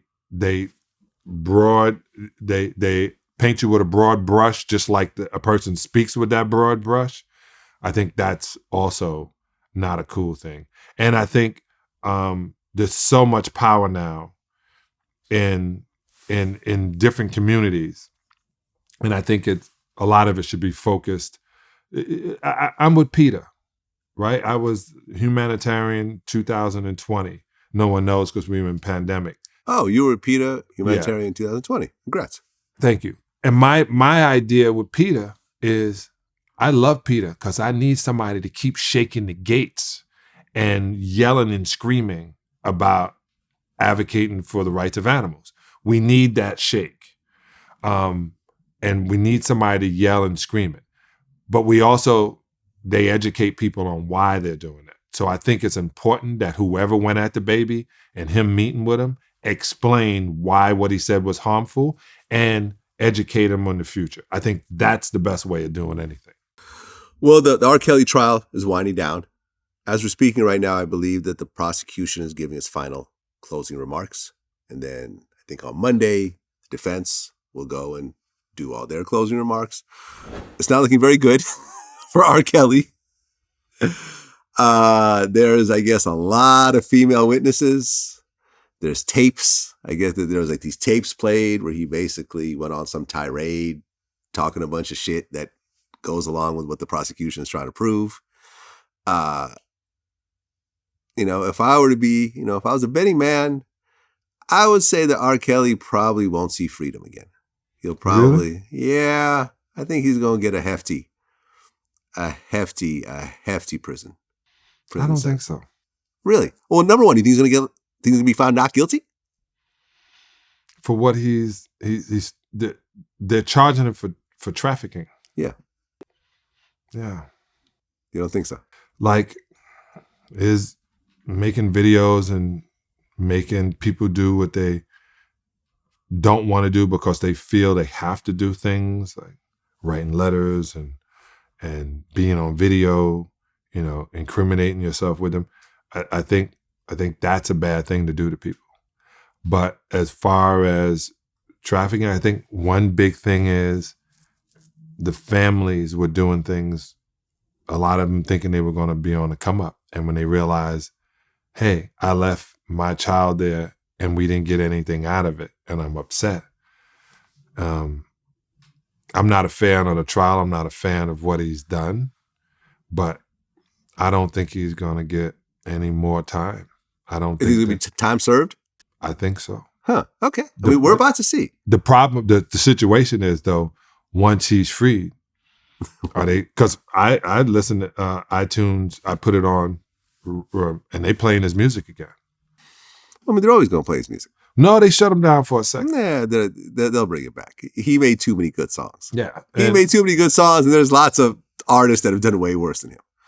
You know what I mean? That's a scary they're still thought. being bumped. That's a scary thought. You know what I mean? Like for example, like I always get requests to interview South Park Mexican who's currently in prison for impregnating a 13-year-old. And I'm like, I'm good. No thanks. But people are like, they're still fans. No, I mean, no, that wasn't his fault. Like Yeah, that was his fault. Well, and in a way, I understand what they're saying, because I remember when I interviewed Baby Bash, who was his artist, he basically said he met a girl at a strip club, took her home, they had sex, she got pregnant, she ended up being 13. But he met her at a strip club. So, I mean, there are multiple sides to every story. Like, I get it. But you still impregnated a 13-year-old, so I can't rock with that. Yeah, but let me go. You're right. I tell you this, I have daughters only. So I'm always gonna be on the daughter side. Exactly. And men are predators. Yeah, that's what I'm saying. I don't even talk to my daughter's boyfriends. I just look at them and I go, "What's up, fam? How you doing?" Like they know, "How you doing, Mr. Sally?" And I'm like, "All right." I have that pistol bulge right there. And I'm like, I don't even want to be around these broads, you know. I like all their boyfriends too, which is cool. But man, don't you realize who you're sitting in front of? I know exactly what you're thinking. Right. And the thing is, it's like, it gets back to the cancel culture thing.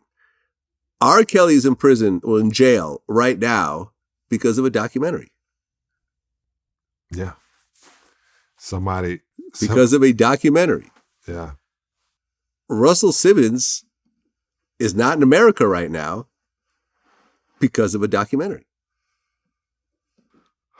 And I talked to Russell. You know what I got to say, Vlad? I realized something. What's that? I realized one of my favorite artists is Future, and he put a song, Molly Percocet.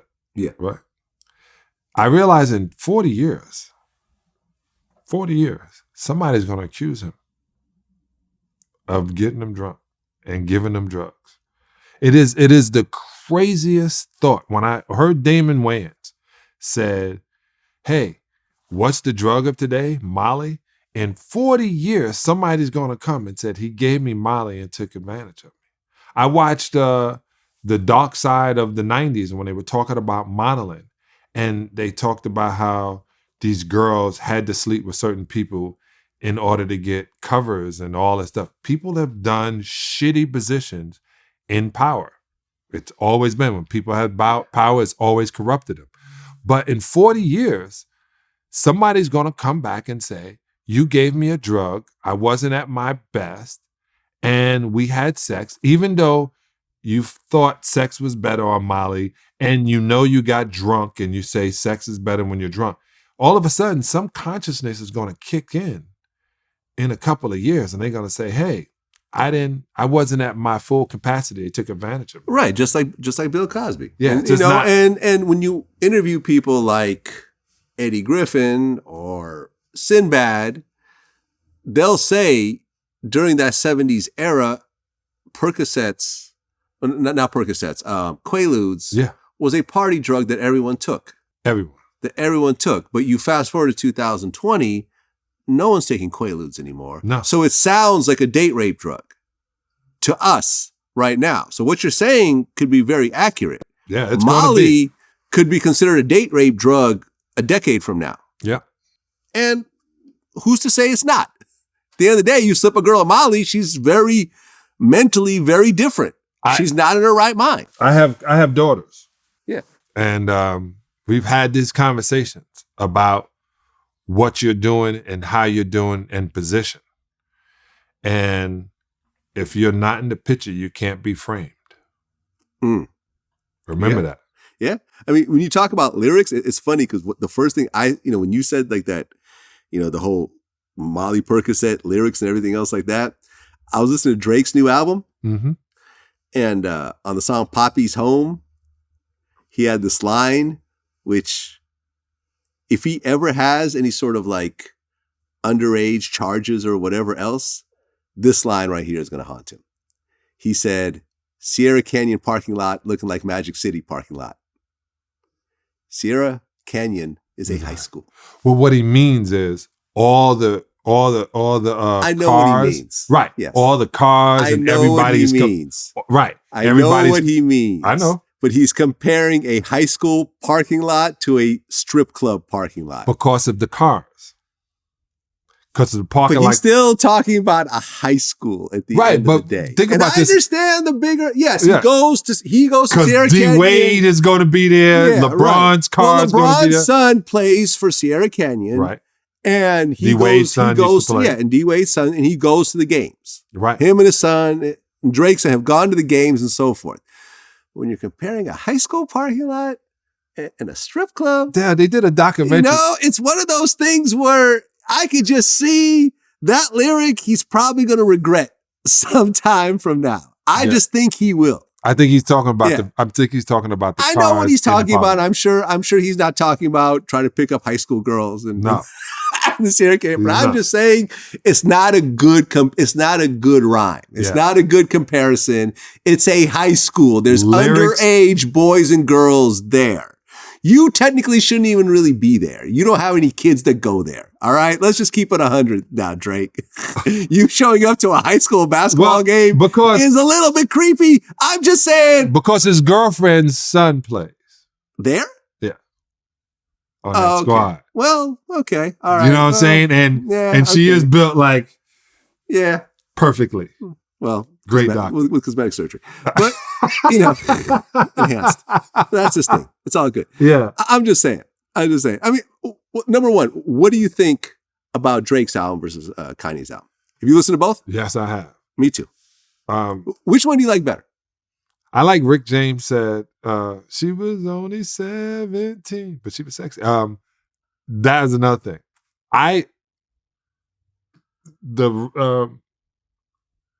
The jockeying of lyrics has gotten to the point where sonically I like with sound of it.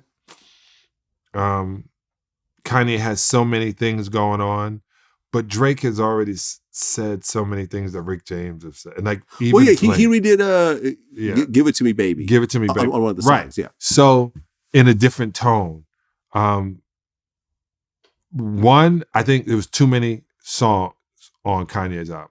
Yeah, it was 138 songs on the album. Yeah, 240. Too many. Yeah, I like Just Enough. I Can't wait to the next. I think the way Nas did it by doing King Disease and then King Disease 2. I think that's you get people waiting for it. It's the old way of thinking when it says to be continued. Going back and forth, I think Kanye was brilliant on testing his record and he was opening up stadiums 2 and 3 times and having people come to a stadium to listen to the record without performance. Mm-hmm. That was amazing. But to care what the audience was liking is not really the artistry I expected from him. I liked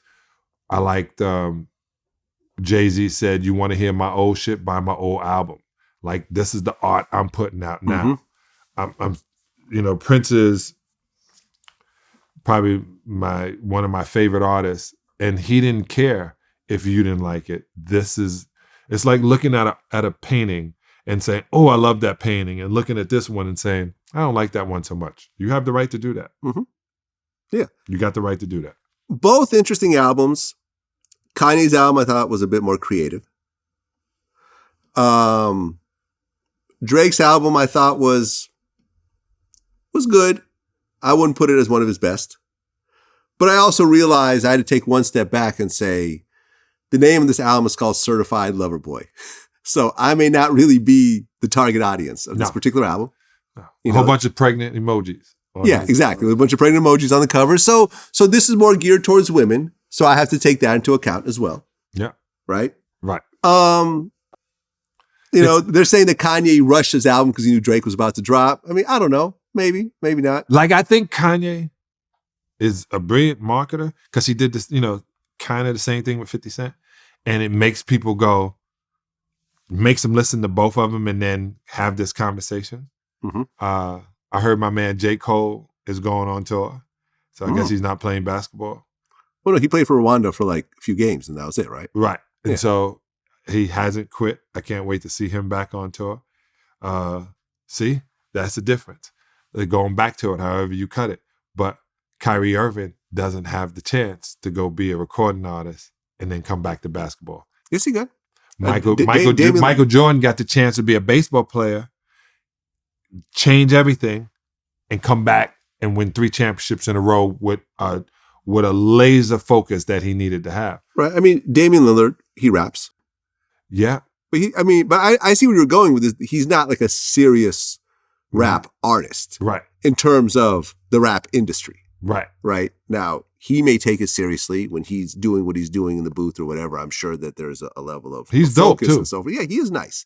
But when people are naming their top 10 rappers, Damian Lillard is never. But top 10 athlete basketball rapper, players? Basketball, yeah. There you go. Yeah. That's what I'm saying. So I thought they both dropped interesting albums. I listened to both of them. There are some songs on Kanye's album I think I like more than, like Drake's album? Yeah. Like Jail, like Going to Jail at Night. I thought that was a really dope record. I sat there and was cleaning my house, right? I'm working on the yard because I decided I'm going to do some manual labor. And I forgot what song I was on in Kanye's. And I think I looked up and it was song 16. Yeah. And I still had another 20 songs. Right. Yeah. He's got like 30-something songs. Yeah. I mean, it's like a 2-hour album or 3-hour album or something. 1 hour, 49 minutes. Yeah. Yeah. And it's got, listen, it has a lot of features. Yeah, Like he is a every producer, song. though. I tell people he's a producer. Yeah, he's a producer. First. And, he raps on it throughout, but there's a lot of features, and there's some good features and some, There's DJ Khaled. I haven't heard Khaled drop a lyric yet. It's a DJ Khaled's type album with great artists on it. Yeah. So I like how Kanye is opening up because now you got producers realizing, I heard he said, when Drake said, he wanted to be the new Quincy Jones. Mm-hmm. And he wanted to make artists and help artists and do what he did with Michael Jackson. I don't know if he was, disingenuous in front of. He's put out. I mean, me and Charlamagne got into this heated debate about who's the bigger artist, Drake or Kanye. Kanye. Well, I said that Kanye is the bigger celebrity, but Drake is the bigger musical artist. Musical artist is Kanye. Kanye hears things. Look at the record sales of their last 2 albums. Like Drake, I think more than doubled his numbers, Kanye's numbers. Yeah, that's what I'm saying. But music wise, Drake, Kanye's older.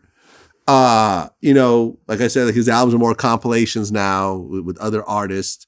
But Drake, music wise, I think Drake is really in his bag right now. Right now. But overall. No, I'm not saying overall. I'm saying right now. Right now. Right at this very moment. And that's why Kanye did what he did. Yeah.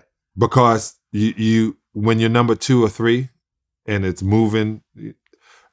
Growing up in New York, when it snowed and they gave us days off, and then all of a sudden the snow plows would come and put snow on one spot in my project, and it'd be a mountain. We play King of the Mountain. And you get up there and you're on a slippery slope trying to knock the next person down. Then somebody cuts your feet from when you slide down. And then the next person becomes King of the Mountain. That's literally what we played when it snowed. The original crate challenge. Original but you don't break your neck. Right. And forearms and collarbones. It's just, pushing people to slide down the snow. And the music business is King of the Mountain. Yeah. But you only get to stay up there because it's slippery, it's cold, and you don't get to stay up on the top of the mountain for long before somebody knocks you down. Yeah. And while you're up there, you stack your money and you prepare for not being at the top of the mountain at some point, and you could ride off to the sunset if you do it right. If you do it right. You can do Johnny Carson to be on your boat every day. That's right. Akon was on TMZ recently. He said that rich and famous people have more problems than poor people. Yep, because poor people have one problem. They're poor.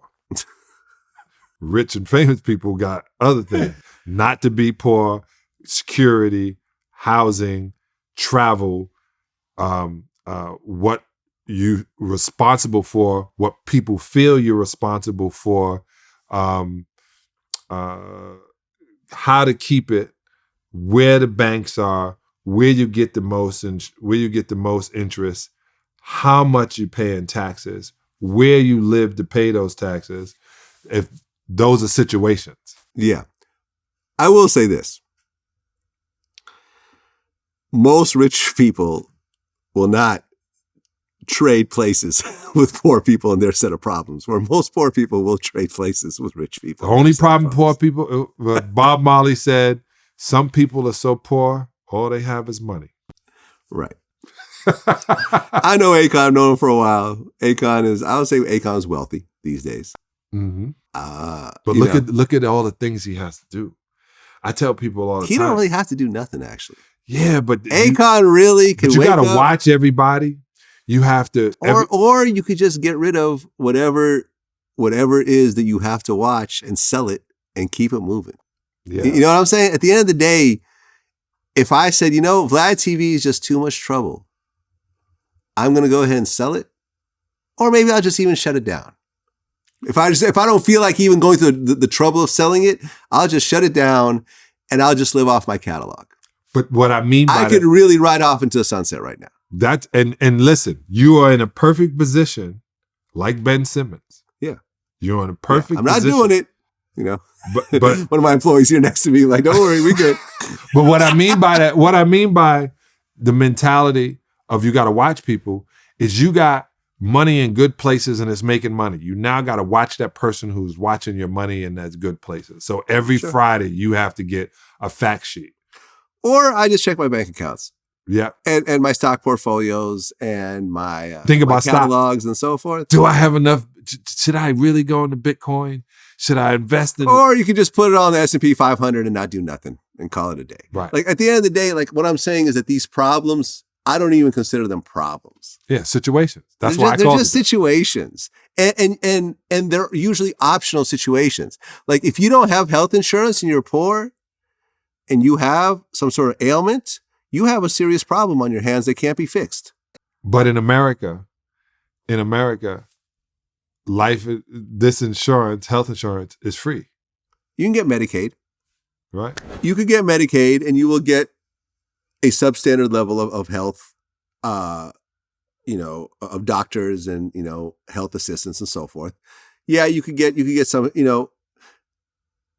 if, you can't pay your rent right now during the pandemic, there is some, laws that will not get you evicted and so forth. Mm-hmm. But when these moratoriums expire and you haven't paid rent for the last year, you're going to get kicked out and you're going to have an eviction on your record. And it's going to be very hard for you to get another apartment or house. I watched. These are real Those are problems. These are real concrete problems without whimsical solutions, like how most rich people could deal with their problems. You see what I'm saying? Like, I don't feel like it anymore. It's easy to fit. When you're an Akon, you could really buy away the majority of your problems. But Akon was a prisoner. So he was a prisoner at one different thought process than you and I could ever have. Yeah. Because like I was going to say, I was driving down the street the other day and I looked and I saw over a viaduct, I think I was going down, I think it was Laurel Canyon getting on to the 101. Mm-hmm. A guy had a love seat and they had a phone and him and his girl were like this, watching television, homeless. The tent was here. They had a love seat there and I couldn't get my camera out fast enough to take a picture. That they literally are acting like everything outside. The only thing they didn't have was walls. Right. And a roof. That was it. They had something over their head, but they didn't have walls. Yeah, and I was like, and they probably had, a hot plate over there to cook. And I'm realizing this is life. When I was in India some years back, I realized that there was 300 million people in the city of New Delhi, and there's 379 million people in America. So I literally was in a city that had all of America in it.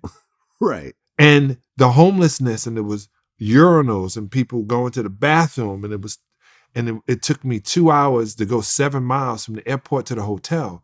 And when I got to the hotel, the hotel is called the Taj Mahal. When I got into the Taj Mahal, it was the Taj Mahal. It was, oh, wow, I'm back in America. It was air conditioned. It smelled good. They was giving me food. Mm-hmm. But from the airport to that hotel, I saw life.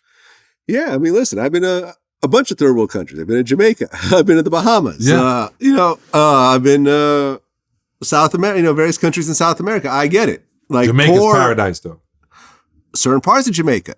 All of it. Go out into the jungle out there where people are living in huts with no toilet, no running water. That's not paradise there. I don't know. It's called camping. I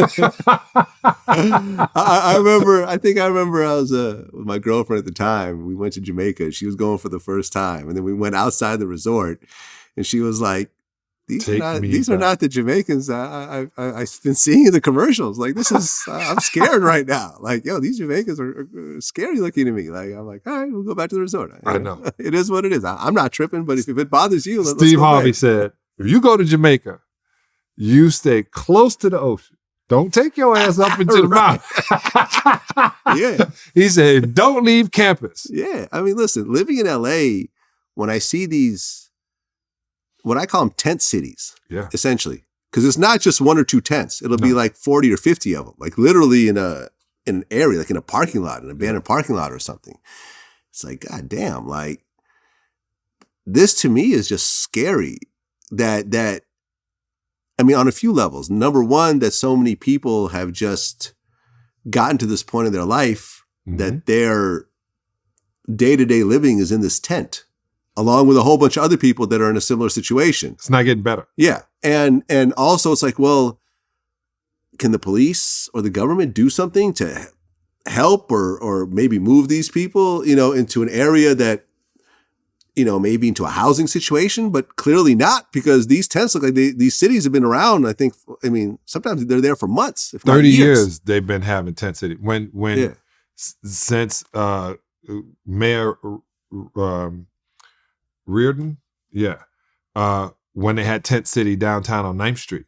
Let me tell you, everywhere I go in this country and outside this country, especially in the Bahamas, people talk about how they see me on VladTV. And I realized something in 2002. 2003, I was in Portofino, which is the tip of Italy, right outside of France, in case anybody wants to know. There's always pictures of it. And I rented a car. And the ticket came, I parked the car. Leaving, I took the ticket to check out. In America, there'd be a person standing there, take your ticket, tell you the price, you pay them. In 2003, everything was, you take your ticket before you go to your car, you put it in, you put your credit card in, you get it back. That's 2003. So obviously I was the dumb American that caused traffic and I had to run back and somebody had to do it for me to show me 2003.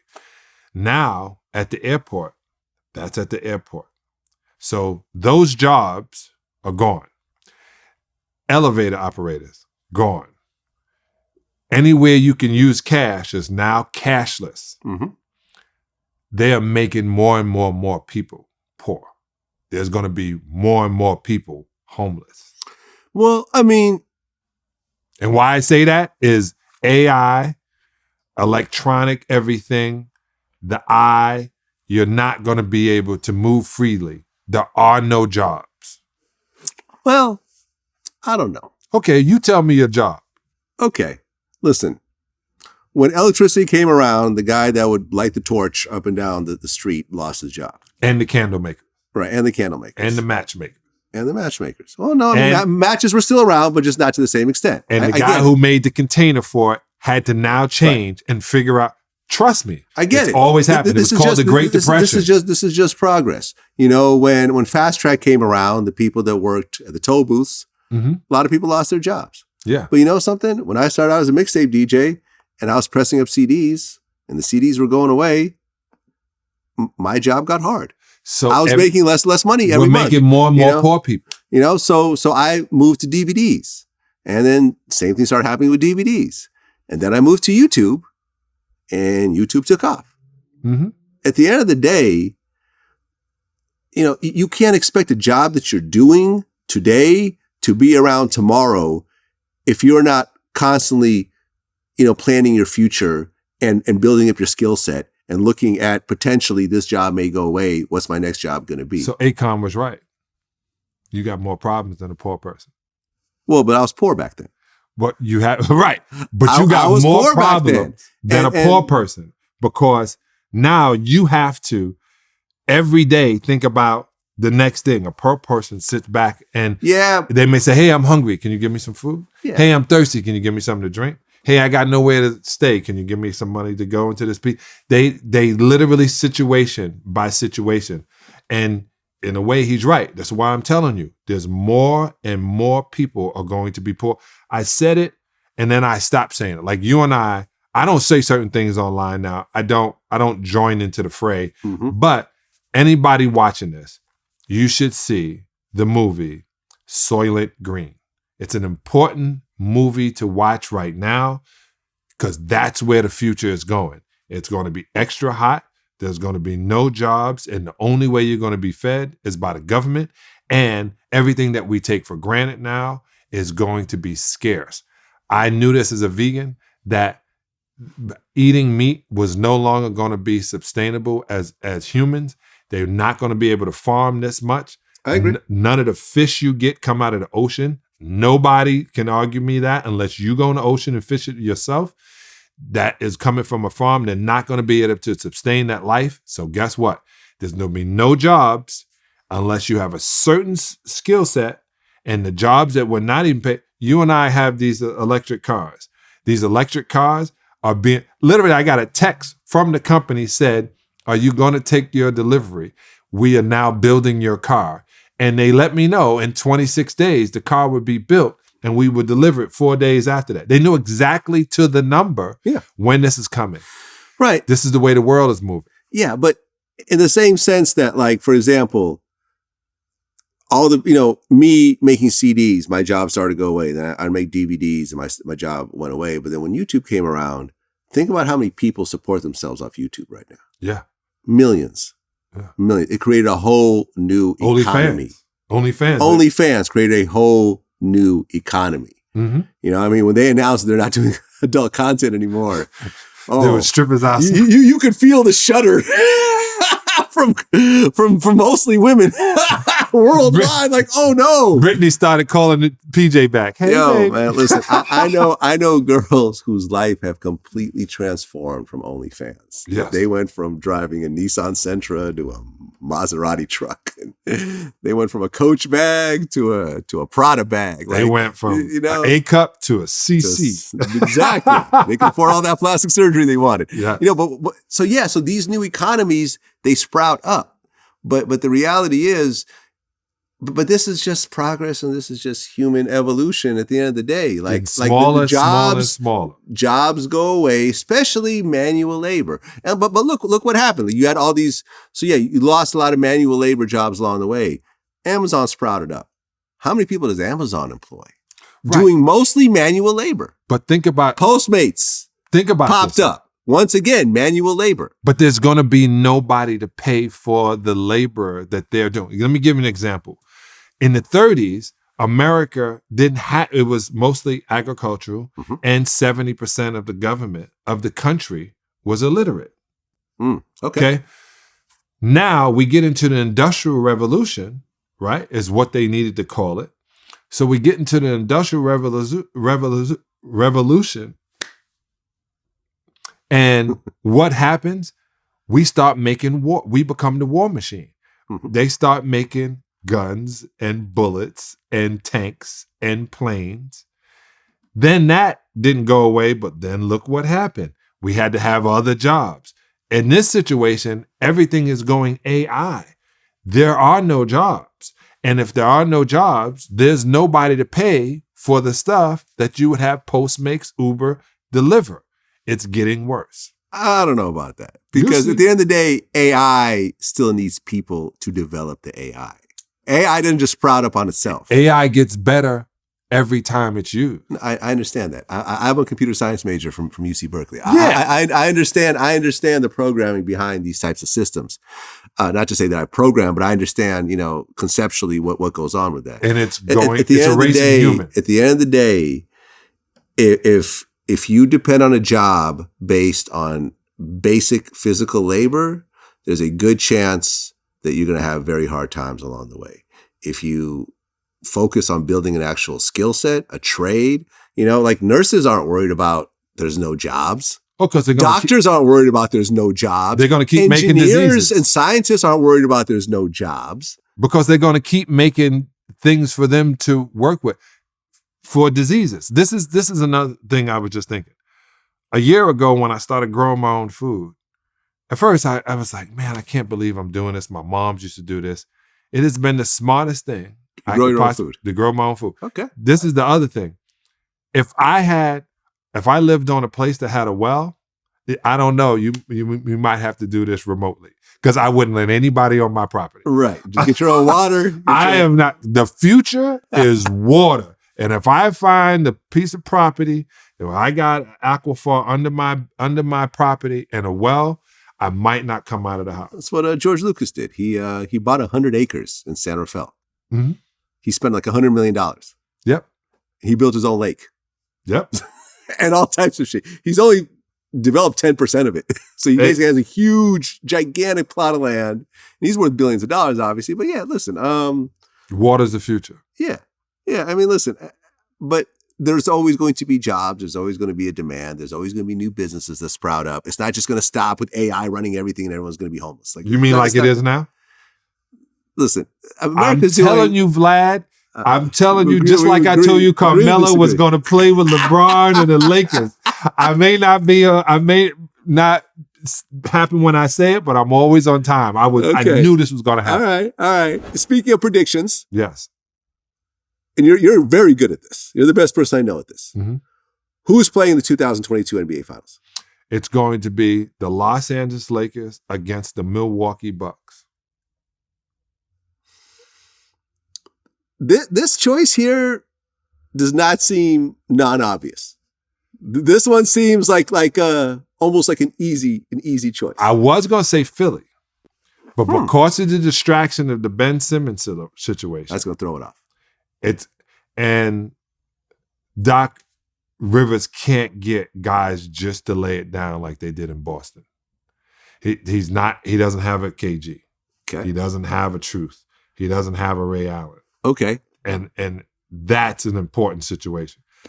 Who's going to win? Oh, the Los Angeles Lakers are going to win in 5 games. 5 games. It's not going to go to 7. Going to beat the shit. So LeBron's getting another ring. LeBron's getting another ring. LeBron's going to end with 5 rings. Okay. So you basically counted out KD at this point. I know. I'm sorry, KD. I love you, man. But it's not going to happen. And I'm going to tell you why. I mean, number one, do you consider Kevin Durant the best player in the NBA? Yes. So the best player in the NBA is not going to the finals. He doesn't have the support and the cast. He doesn't have what he had in Golden State. He doesn't have that. Yeah, that's true. And if he did, and I love Harden, and he's the hardest guy, one of the hardest guys to guard. Yep. But they would need a whole bunch of dogs on that team. And they just don't have them. And I think the dogs are on Milwaukee. Okay. Fair enough. I think that's we're going to see how good Giannis really is in this next finals. We're going to see it. He's going to have to be as good as he was in the last game. Now he made everybody a believer, but he's going to have to do it again. Yeah. And LeBron's not going for it. Well, I want to end off with a couple of RIPs. Yes. Rest in peace, Michael K. Williams. Yeah, man. That was, I did some things with Mike. That's always been my so you guy. knew him? Yeah. Like I reposted for him. Because he was from Brooklyn. Yeah. And like I said, man, I love dance. But then I turned to 7 foot. And I love hip hop. My brother goes, there's no 7 foot rappers. And I had a skateboard. He kicked that shit in half. He said, there's no 7 foot skateboarders. You're playing basketball. Right. My brother was like, Accept focus on this. But I love dance. And I loved dance and performance. So I got to be in Sneakerella. And part of the reason is Michael K. was the toughest gangster rapper dancer I've ever seen in my life. He was definitely an artist. And like he said, I blew the roof off it. It hurt me. My cousin called me, Fat Mike I said he called me with the Negro News. And he was like, I know this one's going to bother you, man. Your boy, Michael K. And I felt so hurt that, the drugs were involved. Yeah, they found heroin in his apartment. Yeah. Oof. That's a hell of a drug right there. Yeah. From everyone I've spoken to who's lived in that type of lifestyle, they've all unanimously told me that heroin is the worst drug you could take. Yeah, I don't, man. They said it's worse than crack. I'm gonna say this. I'd never had to try cocaine because Lenny Bias died right after he tried it, and I never had to wonder what that high was like.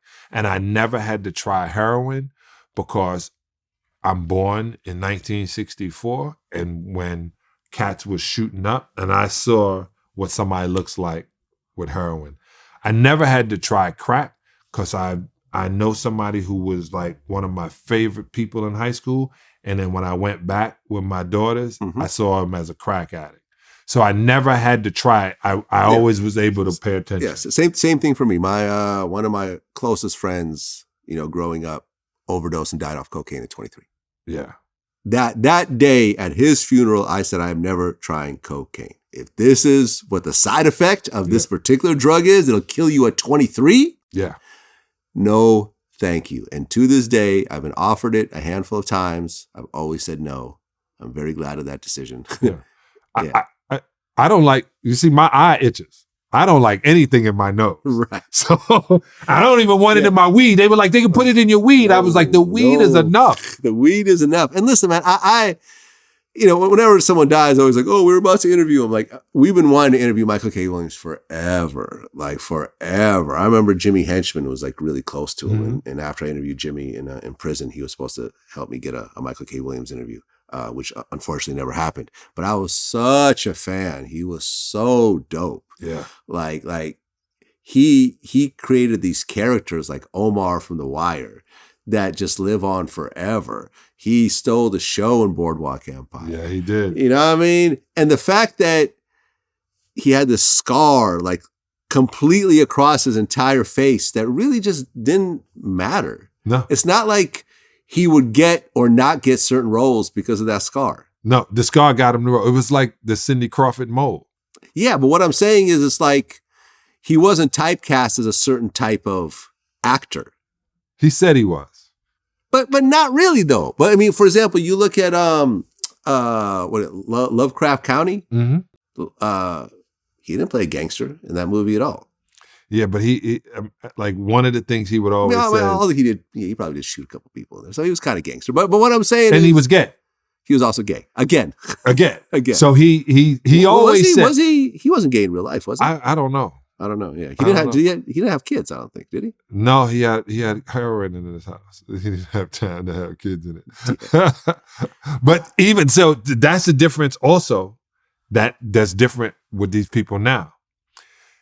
No one cared. Now people, remember I said that on the show? I said, I just wonder why everybody feels everybody needs to know what they do in private. Yeah. I just always wondered that. But he was great at, he was a great actor. And that was the whole thing with me is every time you saw him, you believed him as that character. He became that character. I said that about Lawrence Fishburne. Mm-hmm. Lawrence Fishburne, to me, was Ike Turner and should have been nominated as Best Actor. I agree. Period. You want to help Ike? Fair. You want to help Ike? Yeah. You trying to help Ike?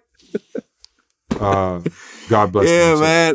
A great one gone way too early, man. And the outpouring was so nice to watch. I mean, you didn't want it to happen, obviously, but like all these other actors and other celebrities were like, oh my God, we're so, I can't believe he's gone. I'm such a fan. And all the videos of him kind of dancing out in the street started to surface. Always. And all that, and I remember I interviewed the girl, Snoop, who's in The Wire, Felicia. Yeah, I watched that. Yeah, and she said that he put her on.